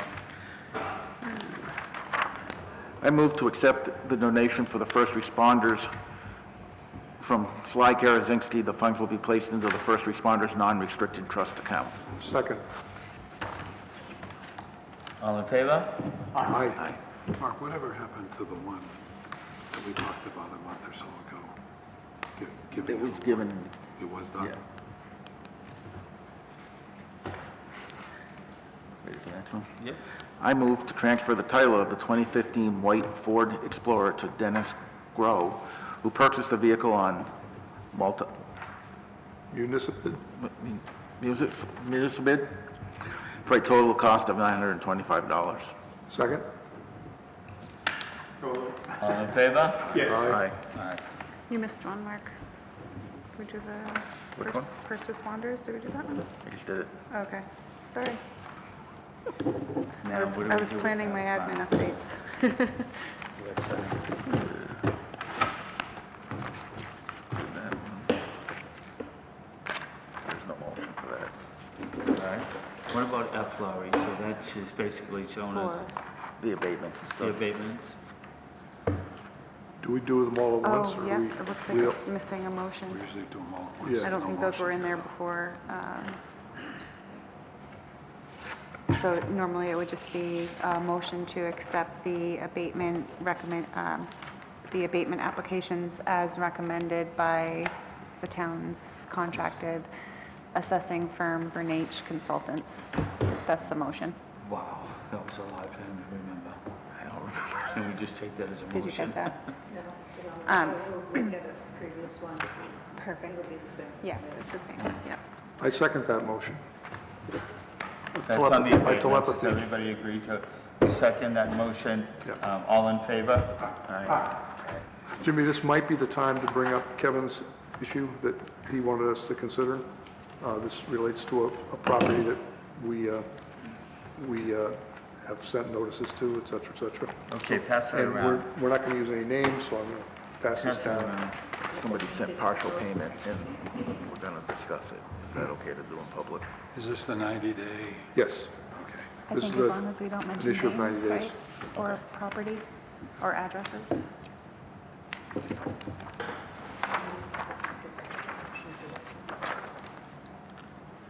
Well, are you comfortable with us doing this in public? I'm not going to use a name. Yes. Thank you, good catch, Sue. I'll let the board read it and see if we want to stay in public. We also need just a motion here to accept or to approve the veterans tax credit exemption. That one was, Okay. that motion was missing as well. I make a motion to approve the Veterans Tax Credit Exemption For map 2. for MAP 249L28 as recommended by Bernice Consultant. Second. Consultants. Bernice Consultant. All in favor? Aye. And what about the quote for the fire department phones, Larry? Didn't we do those? Um, I thought we did the phones. We did this one, but there's a new, he, No, no, at the phones. I thought we the did. phones, no, we haven't done that one. This We was, just had the quote. we just had the quote circulated, and so we need to approve that quote so we can enter into a contract with Emmertech to provide the phone for the fire station. It's going to take 2 to 3 weeks to put the phone in, so. Can I just suggest something? Let's put this aside and Yep. go into non-public. We'll do that, do that. So we don't have no questions about Absolutely. it. Let's make it simple. I thought because Okay? we're doing And assessing, let's, we do let's go assessing. with Mark let's talk about the quote for the fire department, then we'll, at the end, we'll address Yep, this. that's in your, I think it's a smart way to No, go. the quotes, Because there's some I things think I the want quote's to in say. here, and I want- Emmertech. yep, understood. That quote is in the packet, I believe. Right here. I'm not sure. Yeah, it's Fire the station. next to last page. Next to last and last page is the quote for the phone for the fire station. All right, what do we need to know? Well, the price, and of course, the price comes out of the IT fund, and it's for, as you can see, it's for basically a phone and porting the phone to the system, to the web, and Emmertech is going to provide the servicing of this line. And if we approve it, then they can get started on doing it, and they told us it would take 2 to 3 weeks to do. Larry, you have Right, Lauren? something to add to this? Well, just a little bit of background on the phone system, because, you know, last year we had the lightning and we ended up having to immediately get a new phone in place for town hall, which also affected the DPW. But that contract is coming due. It was only a 12-month contract to get out of the bind that we were in. And it would be my recommendation that the town puts out an RFP for a townwide phone system. And we've been working with Emmertech, and I've been including Jay, so he's aware of it moving forward. But it would be that my recommendation would be to put out the RFP for townwide phone system, and Emmertech is willing to help us out in the meantime with, having the phones and not necessarily entering into a contract, just kind of going month to month until we can put it out for RFP. And so When does the current contract expire? August? Yeah, August, end of August, I believe. So it just didn't make sense to enter into another contract. As Lori explained to me and Christine explained to me, the police station also needs an upgrade to their phones. The town hall phones need to be upgraded, so doing it all in one package saves a little bit of money. It seemed like Emmertech's suggestion seemed like a good way to go, but we'd have to do an RFP and we'd have to see what other people said too. But it looked like putting it all under one vendor, and what they do is they just provide the service, and we don't even know who the contractor is, who provides the service. They take care of all the infrastructure and service anything that we need serviced, et cetera, et cetera. So they're like a middle person. So what do we need for town hall upgrade and phones? Well, didn't we just do that? We did, but as Lori said, that was an emergency, and some of the phones in there aren't apparently working as well as we'd like them to, or at least we should give the Singoma people a chance to bid, and we should see what they offer, and we should see what Emmertech offers, and we should make a decision. But are we budgeted for it? Well, This one is part of the fire station. The broader. Yeah. For the broader one, we'd have to look and see what money is in our IT fund, but I think we're you'd going to save on the we're going to monthly end the fees, contract too. with Singoma in August, so it's not like we're not budgeted for, we're budgeted through August. I'm just talking about the hardware. The hardware, right. So the question is whether we have enough money for the hardware. We'd have to see what people propose and what we need, so on. It might be cheaper to stay with a company if they've already got the hardware, but it might be cheaper to change if we get a good deal. So we have to see.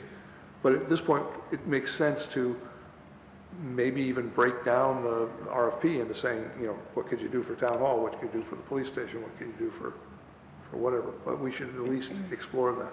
That's Yeah, the and thought I especially share. with the copper lines going non-existent, we have, obviously still have copper lines that are going non-existent, or the ones that we have. The phone companies they're jacking the prices, so you can still have the copper, but you're gonna pay for it. And when we made the switch to the phone system that we have now, there was a little bit of disconnect with IT and, getting a phone system immediately, because it was kind of important.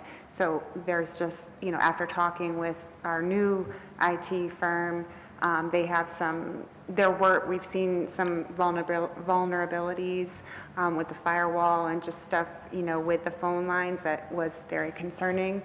And Emmertech has fixed that and has a stable, but there are other also better options, I think, for moving the town forward out of that antiquated, the police department has a very antiquated system, and same thing could happen.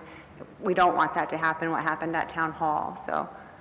Obviously, we need to consider costs, but we don't know what the costs are until we ask for an RFP, and that's pretty much what's going on. And if we have August as a date when this contract is up, we should start right now doing a request for proposal. And it seems to me, if we know their needs at the police station, we should at least include that as part of the RFP. I understand we were under the gun with the town hall, I do understand that, but we gotta be careful, and we gotta really pay attention this time, because, we just spent some money on hardware in the town hall, and that could all go away, so we have to really take our time and look into this. I don't know how you guys feel, but. It's about $250 for a line there, and you're right, too many of those, we're talking about a lot of money. Yeah. So this is a big thing. So what do we need to do? We need to vote to put it. Tonight, it's just to allow, to accept the proposal for Emmertech to install phones. Yeah, for the Okay. fire. So just So the what- 2450. Yes. Yes.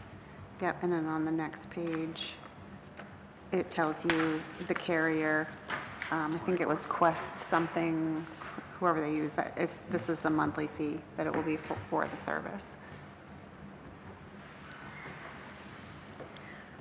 Make a motion to approve $2,450 from Emmertech for phones and hardware. Second? Do you want to include the service? And then also $45 a month carrier service for rental and per phone line. Second again? Do you want to include the Second. Emmertech fees? So the 100 and the 330. Or you could just For say, additional fees. accept the proposal as presented. But That works. Make a motion that we accept the proposal as presented by Emmertech for phone service For the fire station. for the fire station. Second. All in favor? Just want to make sure we understand it's not 2450 Yeah, that we're approving. Right, it's going to be 100 monthly costs for, and then 330 one-time setup and installation charge. So, Lori, just, I mean, I know we talked about this with Tanya, et cetera, but the fire station has one number, but they're going to get several phones, right? Right, yep. Okay. How much is it a month? 45. But the total outlay is 2,900. It's more than that. Well, not- 2780 plus 540. No, 2450. It's a little over. 430. Huh? It's 540 for a year. No, I'm just talking about the, Yeah, so that's This and this. 2780, right? right, but this and this, Yeah. and then the Yeah. service fee. Sorry, Greg. So he made the motion to go by what we presented, right? And Bill is just concerned with that. I just want to make sure that Teresa knows that we're actually approving almost 2,900 in upfront costs, right? 2450 would be, Plus Plus 100, 430. plus 430, plus Oh, yeah. 475. Just so And I Teresa think, like has you it. said, there'll be several phones, but it's only one line, so it's not each phone, each It's phone line. $45 per month is all we have to pay for that particular building, yeah. That's the monthly charge for that one building. Yeah, just as long as Teresa knows, we approve 2880. 2870. Really? Can I add in No, my it's head? 2880. up to 2,800? Oh, I'm missing $100. We missed 2880 But and the 45 100 per is a month. monthly cost, though. 40 is 70. Yeah. So you're I saying think it's- 80, where's the 80 coming from? It's the 30 2450 and plus 50. 330. Yeah, 50 and 30 is 80. Oh, you're And right. then 145 monthly. Yep, exactly. And the $100 looks to be a monthly cost too, so it's, It's for the cloud-based, yeah. and that, of course, help me out here, Lori, that $100 was, if we end up doing more business with them, that $100 stays the same, or we don't increase it if we add more lines to that. That's simply getting into the cloud, and if we have, if we go to another tier of numbers of lines, then Yep. we'd have to pay more, but right now, we could add lines to that without changing that $100 a month Right, cost. yep, exactly. So what does Teresa need for a number? Up to 2,800 should cover it. Does she need the number for the one-time fees, or does she need the monthly? Nope, it'd just be the, So the $100 doesn't get included? no, that'll become a That's a budgetary, recurring regular cost. budgetary, yeah. Okay, so I agree with the 2,800. Make a motion that we spend up to 2,800 for the new phone service from Emmertech. Second. All in favor? And hopefully we can use the congressional spending, the 200,000 to, Offset that.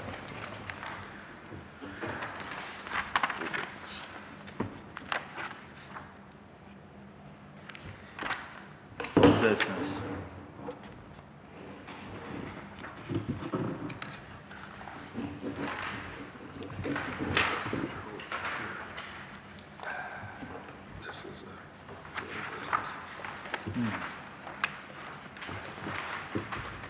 Fire station, Christian Hill Road Bridge replacement, which we don't know. Water waste treatment plant study. Get that. What are you looking at? You're looking at old business? Yeah. You know that the Christian Hill Bridge replacement and so on the funding is secure. We're just waiting for the bid next week. Okay. I don't think bidding happens till January, December. Yeah. Right. And then projected work, unfortunately, next summer. And that latest round of things about the rest of it, the TAP part of it, looks good too in terms of funding, and that was some wonderful work this last week, so. Very exciting. Anybody have anything else you'd like to talk I think we about? update the fire department one. We're beyond May, paving. We're almost to the ribbon cutting. Unbelievable, huh? They're making progress. I have some other stuff that I brought over from town hall that we're gonna get to at some point. Yeah, I I'm have not sure whether some this new is the time or business too, not. so why don't we go down here before adjournment? Yep. All right? I'll bring that up, okay? Sure. So why don't we go with upstate administrative update? What do you have? Well, that was one, the phone system that we just Yeah. kind of explained that. Yeah. I think, did we have anything else? I know With it's the been a audit, few, the audit, the audit, form needs to be signed by Jim and you, or yep. is So that? tell me about that. I have to be present for this? For the audit? No. No. No. Teresa Those are told me just was that- routine things, just for signatures. I don't think there's really not There's much a to discuss other form to than. fill out and signed by Jimmy, right? Yeah, So Jimmy, this is a form which you're gonna have to fill out and sign. I can help you do that, Jim, And- when I'm Okay. back in the office. Lori can help you with next that. week. And Yeah. then this is the thing, I guess it goes to Lori, but we all have to sign it. No, we don't. Lori Yeah. and you sign this one. It's the agreement with the auditors. And what Teresa told me was that at some point, whoever signs that, from the board, would have to meet with the auditors and answer questions. And they're pretty benign questions, he says, about governance and things like that. But I don't know for sure. Yeah, I don't think you have to meet with the auditors. I will do that when they are in the office next week, but we can go over that next week. Okay. So Teresa might not be right about that, but You that's, can. That's nothing big. Okay. All right, so we're good on that? Okay. Anything else, Laurie? I know, I'm sure I have things, I got to That's all right. apologize. I've been out of the office for 3 days, so. I got it. Correspondence? There was something in the folder that Jay, I think I gave it to you, or is it still in the From folder? the softball team. The softball team. the red That's very folder. nice. Is it right in front of you, Lori, the envelope there, right in your right hand? Oh, this one? Green envelope. That's yes. it. This is a note from, it says, "Dear Town of Swanzey Select Board, thank you for the use of Brown Memorial Field for Monadnock Regional High School softball program. We greatly appreciate the use of the field for practices and games these past 2 seasons while our fields were being renovated. Go Huskies." And then it's signed by Coach Jamie, Coach Amanda, Coach Jenna, A lot of coaches. a lot of coaches, Crystal, Coach Beatty, Sarah, Kate, and all of the players up here. That's awesome. Good for them. It's very nice. And I think, if you can hand me the red folder, Jimmy, I think Jay had showed me something. There's a letter from Hancock. I'm not sure what that is, so let's see here. Just inviting us to Inviting us to a Oh, yeah. open meeting, Yeah. because the cell tower they're building in Hancock might be visible from our Well, town. they have to do that. They have to notify us by RSA 12K7. How big is that tower? How big is that tower? must be awful tall. Jesus Christ. It says this letter serves as a formal notification. The Hancock Planning Board has received an application to construct a new wireless communications tower. Because of this proposed facility is anticipated to be visible from your municipality, we are providing the following details regarding the impeding application. I suppose on top of Mount Crescent or Mount Caesar, we could probably, maybe we could see it. Maybe. That's all I could think of. So, On Huggins? if any of you have any concerns, you can contact the Hancock Planning Board. Okay, thank you for that. You're welcome. I'll call them tomorrow. I think you should go. Regional impact. Here you go. Okay, public input? Do you have anything? Okay, so we got, you got a few things? I and have a couple something. things here. One is that one that you might want to do in non-public, and the other is we asked the HR director to contact a town resident about the possibility of doing grant work for us. And again, I'm not intentionally using the name of this person, but the word that came back was that this person could meet with us any day next week after 5 p.m. So the question is, do we have time to do that, to meet with that person after 5 p.m.? If so, I can let Megan know and she'll arrange the appointment. What's your pleasure? So we're not meeting next Wednesday. I'm not sure how many people have made plans for that time. Can you do it? You want to have one person do it? No, I'm just asking if you can do it. I can do, as far as I know, I can do. Wednesday? Wednesday, yep. Billy, you too? Mark, do you want to? I can meet, but I'm on call for the bill commissioner, so. We'll ask Alan when he comes back, and I'm not positive, but I'll try to. But as long as we know we got 2 at least showing up, which is you and Jay, and Mark, maybe 3. If Mark doesn't get no call, we'll ask Alan, is that all right? Sound good? We're talking about the 24th now, right? Yep. So where do you want this meeting to be held? What's easiest? It would be convenient for you, Bill, here? Town hall? Town hall. Town hall. You can be downstairs at town hall? That works. Downstairs at the town hall. Yeah, Wednesday night at 5 o'clock. after 5 o'clock, and So is it 5 or 5:30? Make it Can 5 you, or 5:30. can you fill Alan in and see if he Yeah. would do? So, Alan, we have a possible meeting with someone who might be able to do grant work for us at 5 or 5:30 on Wednesday, the 24th. You know, that means after that. And I'm flying to Seattle Saturday, and I'm coming back the 30th. So you won't be here. And I won't be at the Tuesday fireman meeting either. So it's the 4 of us. And speaking of which, I'm going to need someone to fill in for me because I'm missing the planning board meeting again. That's on my to-do list here, Thank you. so we don't get chastised. Okay. We wouldn't want that. So, June I took 24th. the hit for the whole board last time. I'm not taking the hit for everybody this time. Okay. You done?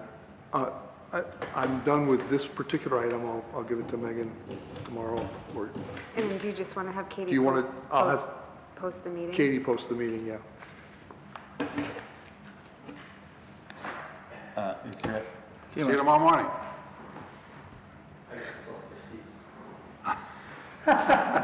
Where's your cushion, Mark? Cushions What time tomorrow? might be wet tomorrow, but that'll be fine. What time we meeting, 11:30? 8:30. 8:30. Is this boat named the Hook and Cook? Am I supposed to hook, you supposed to hook something and I'm gonna cook it? That sounds like a good idea. Better have a muffin for me or something. You have to put slice of pizza. You Actually, get me up this early, you better have something on the grill. it's vegetarian. Figure out who's the 2 heaviest, so I know if they have to sit it down. That won't be me. I know I'll be one of them. Not going. All right. Jay, are you done? I am done except for that one other item that I passed out. So that we're going into non-public. If you want to do non-public. Before we go into non-public, I feel that I'm prepared to make a motion, and we can put it for discussion. I'm gonna make the motion that we vote that we make a sign-out sheet for the town hall for anybody that leaves the town hall on business time, that they have to sign out and sign in. And I just want to see if you guys, we can discuss it, we can get a second and discuss it. And I'd like to do that. I second that. Mark seconded it, now it's discussion. So I'll say my reasons behind it. I just think that we need people to, when they leave and we walk in, that we can go in there and we can find out why, you know, if they're not there, we can't see them or whatever. I think there's a lot of liability too, and I don't think it's asking much. I think it's simple. I don't know how we can, I'd like to do it right away, and I just feel that it's needed in the town hall. I have another point of view for that too, and that is that it protects the employee who might have a legitimate reason for being away, but nobody knows it, and so that legitimate reason isn't public, and it basically, it protects them from anybody questioning about what they're up to. Their business day is accounted for. Okay, but there's something connected to this too that I want to talk about. And the connection that we have is we have company vehicles, and we have people that leave in their personal vehicles and they're on business time. My suggestion is you don't use a company vehicle, you have to punch out, you have to be up the clock. We can't take that liability of someone going out and getting an accident on a company in their personal vehicle. So we're talking about a waiver that somebody would sign. I don't know, but I think we need to address it. I mean, there is some people that are concerned with our company vehicles, but I don't know. They were police vehicles, they're inspected. I mean, they're a vehicle, they're on the road. Maybe they're not the most comfortable thing to drive, but they should be driving our vehicles when they're on company business. And when they're going to the bank, when they're going to the post office, when they're going to anything, submitting permits, going to check that. There's all sorts of reasons. Going to Wickham Hall for Kate. I just think it's necessary. I just don't think we should. I don't know how you guys feel about it, but I think it's important we do it.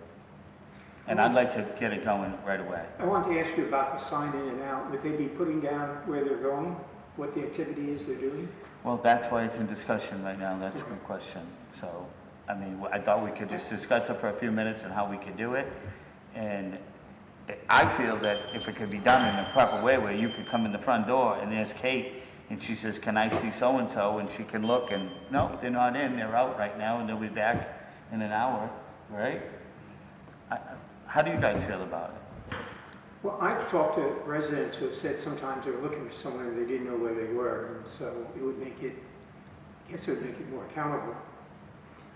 It doesn't allow us to locate, actually get to the person any better than calling them on the cell phone, but it does allow us to know that they have let us know that they're not there and are out doing whatever, right? So I support the idea of accountability and also protection. Again, they're saying they're on town business and that's what they're doing. So, I don't know if there are other parts of that I'm missing or not, but it seems to make sense to me. Yep. Oh, I agree, and from a safety standpoint, that's one of the things that realtors are very cognizant of not going off without letting people know where they're going, just in case. So. Just to know, I agree with everything else, though. I think it's really important that when someone walks in and the individual greeting them is able to say, no, so-and-so's out, but we expect them back, and we'll put them in touch with you. So I agree with everything you all said. I agree. When we talked about it the other day, to me, like you said, it's a safety issue. If code enforcement's going off to see somebody who's been a problem and we don't know that's where he's at, and then he doesn't come back, we don't even know where to look, so. So what is the process of how fast can we, I don't see why we can't just put an email out to everybody and saying, you have to, we do a sign out sheet for now, Laurie, and either we post it somewhere and I don't understand it, and then we can upgrade it as we go, but at least have a sign out sheet to get it going right now. We send out an email tomorrow morning stating that everybody that leaves on company time, on business time, they have to sign out and sign in. I don't see the big deal. I don't see the big deal either, and I support that. There are some town employees who have shifted their hours around so that they get their hours, but they have personal things they have to do, a doctor's appointment or something like that. And, you know, they're not on town time, but they would sign out to that activity and then they come back, or they come back in another day, whatever, right? That would work too. Okay. And to support you with the vehicles, every other town employee is in a town vehicle, if I know correct. I think all DPW, rec department, fire department, once they arrive at the station, they're in a town vehicle. Police, obviously. Okay, so we have to draw up this policy and send out an email, right? Do we want Lori to do that on Monday? Do we want me to do it earlier? The only thing we have to be concerned of, we don't have to make any stipulations on signing out and signing in. The only thing we have to be concerned with is the company vehicle. Right. Laurie brought up to me something about maybe a waiver, because she's one of them but she's being leaving in 2 weeks, so she isn't gonna be a main concern because you're leaving, because you weren't comfortable with driving the company cars, and that's okay, but. Yeah, and I think the same thing, like I looked into the policy, you know, having a personal use vehicle policy or whatever, and I think that's separate from the sign in and out sheet, but That's right. that would be fine, and then we can just attach Something to an do with the appendix vehicle. as a waiver saying that you're, you know. Correct. Yeah, I did start drafting a policy for the personal vehicle use. Okay, so that's under process. It's being worked on. So is it okay if we roll it out next week when Lori's back in the office, or do we want to roll it out now? Do we want to send an email out saying this policy is going to be effective on Monday, or how do we want to do that? Monday. Yeah, I'd make it effective Monday. That way they got 2 days to The tell sign us in that and out sheet. they don't want to do it. And I'll bring the policy to you.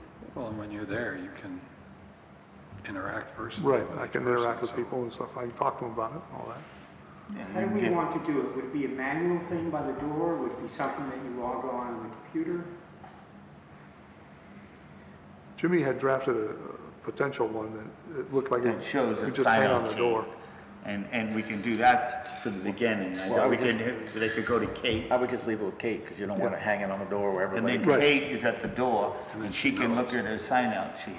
She can say, oh, they just went out. So now when somebody comes in to look for somebody, let me check the sign-out sheet. Then, oh, they're here. That means Right. if I'm, Kevin, who's gonna go to the post office and pick up the mail and the bank to do bank stuff, he's gonna say to Kate, please put me down for being away, and, or I'll sign the thing and then I'll go and do that, right? Which in his benefit, Kevin does that, but he does it verbally. Right. I watched Kevin do it personally. I've seen him say, Kate, I'm running to the post office. I've seen him go into Christine's office and tell them that he's leaving. But I just don't think it's gonna be a problem. Just signing a sheet that's at Kate's desk, and so Kate has now she knows who's in and who's out. And they should sign, not her. Right, They they should sign. sign, yeah, they And should they sign. sign And I say, I would present it to people who want to talk about it as, this is for your own protection and safety, because you're telling us where you are in case we need to find you. Yeah, a quick In case you don't come description back, we of, know I'm going to do a permit. we can I'm retrace going to your get the mail. steps. And also, it's for your protection, because you're on town business, you're saying what the business is, and we know and nobody can accuse you of doing something different. So we're gonna start that Monday. And you guys can talk about it tomorrow with everybody. If somebody wants to come in and say their point, at least you can hear it out and you can relay it to me. Do you want me to go around to everybody and just outline the policy to them? Just get Talk everybody them, warmed talk up to to them? it that it is gonna be in effect Monday. Yeah, I will, And then Laurie, you'll be in work Monday morning, right? So Laurie will have the sign-out sheet. Where are those sign-out sheets? I gave them to you, didn't I? They're on my I'll desk. give it to Lori. You have them? On my desk.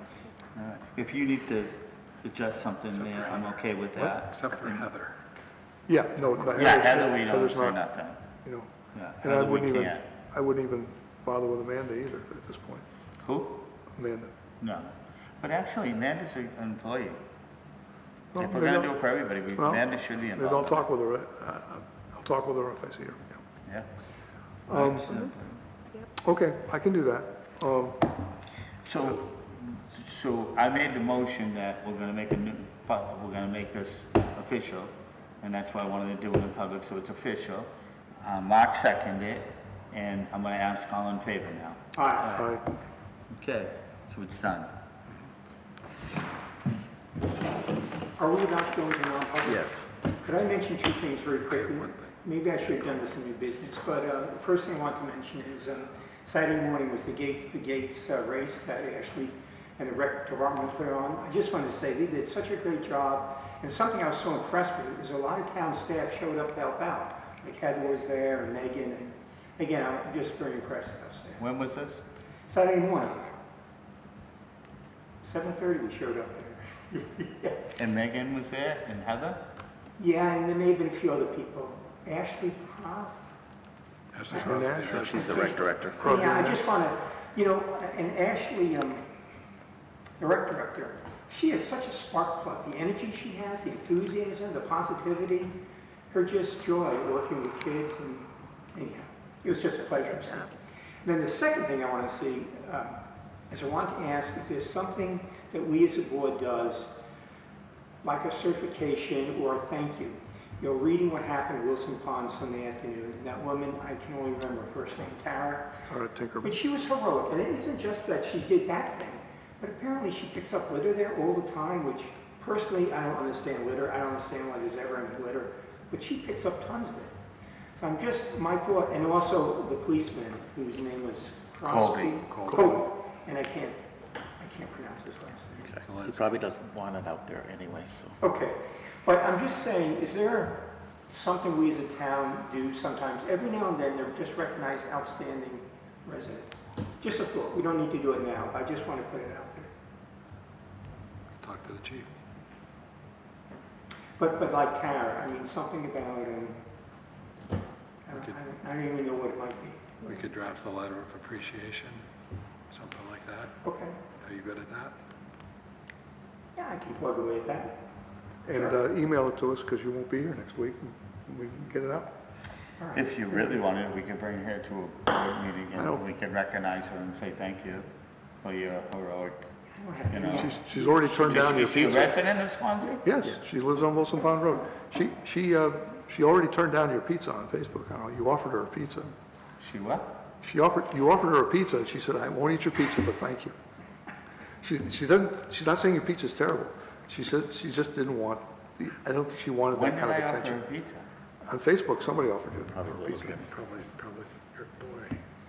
I don't know. And she said she didn't want it? Yeah, it was probably your boy who did that. Don't get your feelings hurt. She didn't say she didn't like the pizza. She said, "I like your pizza, but I don't need to accept." She didn't want charity. And she may not want to come before the board, but in any case, we could send her a letter. I think it would be a nice boost to her. She's suffering from the experience. She's not. Sure. It wasn't an easy thing for her to be involved in. Okay. Thank you. Make a motion to go into. Because Alan just brought it up. So at the planning board meeting last week, there was some question as to whether I could be seated as Alan's substitute. And so there was an exchange, mostly one-sided, that I received overnight and then the next morning. And I indicated that I would bring it to the board. And the comment was that the chair believed that only a select board member who's designated by the board should be seated. So my thought would be that we've currently designated 3, Alan for 4 months, myself for 4 months, and Jim for 4 months. And my suggestion would be that we have a motion that the board designates each of us as select board designees to the planning board, such that if we have a situation like next week when Alan can't attend, that whichever one of us attends, we're already designated. So we'd say you're all designated, but only one of you may attend at a time. Correct. I make the motion that, names are just 3 board members. All 5 of us. Well, I make a motion that all 5 board members are designated as members of the planning board, but only one member may attend. To the scheduling. may be a voting member at one time. I mean, we can all attend. Right, maybe a As an voting ex member. officio, right? Not a Right, member. as ex officio. As ex officio. I second whatever Mark said. I don't know what I said. He made a motion that All members of all the, members of the select board, go ahead, Jay. all members of the select board are designated as ex officio members of the planning board with the proviso that only one may serve in that capacity at a time. Sounded pretty good for me, but I'll second what he said. All in favor? Aye. One person said that. I can't believe they said It's okay. that. I just can't believe that. Can you tell us who said it? No. No, I don't care. I don't. So there was also some discussion with regard to the joint meeting that we had, and some discomfort with the fact that the select board was the board that essentially chaired the meeting, which is by the rules of procedure that we have. So there's an expectation that the planning board may approach us with the request that when there is a joint meeting that involves land use issues, that we designate the planning board as the board that would be the board chairing that meeting. My suggestion would be, there's some reason why it's in our rules of procedure. I don't think we just made it up. So when I talk to Cordell tomorrow, I could ask him if there's an RSA that designates that the select board. If there's not, then gives us an opportunity. I don't know if you know, Lori. It doesn't seem like it would be, but, yeah. It seems like it would be the planning board to do that, land use. Adam Paquette felt it was somehow an RSA that joint meetings had to be chaired by the select board, but I don't understand why. We've had joint meetings before between the Conservation Commission and the planning board, and that was not a... No, joint meetings where the select board is involved. Was involved, right, Yeah. okay. So I would ask that question of Cordell, I really would, along with your other questions. Did you answer to that when it was brought up at all? What was your answer? I did say that I wasn't trying to initiate a turf battle, because I wasn't. Somebody else was. But anyway, so Did be you it. stick up for the chair? I did. I thought the chair did an I just want to extraordinary make job. sure you stuck up for the chair. I did, of course I did. Okay. And I think the planning board's doing a great job, by the way, and I think their leadership, their change in leadership has gone very smoothly. And their past chair has been very supportive, so Yeah, it's Victoria's doing a working good well. job. Yep, It's she is. a good dynamic on that board. Yep. And the board itself. Yep. That's it for me. Make a motion to go into non-public. Second. What are we going in? Under, Reputation probably on that, right? Reputation on the, is it reputation? Yeah, it probably is reputation, yeah. Some DD. hiring. So wait a minute, was there a roll? Okay. It's a roll call? Was there a roll call? Or was I supposed to say all? Oh, that was who motioned and then I motioned it, Jay seconded it.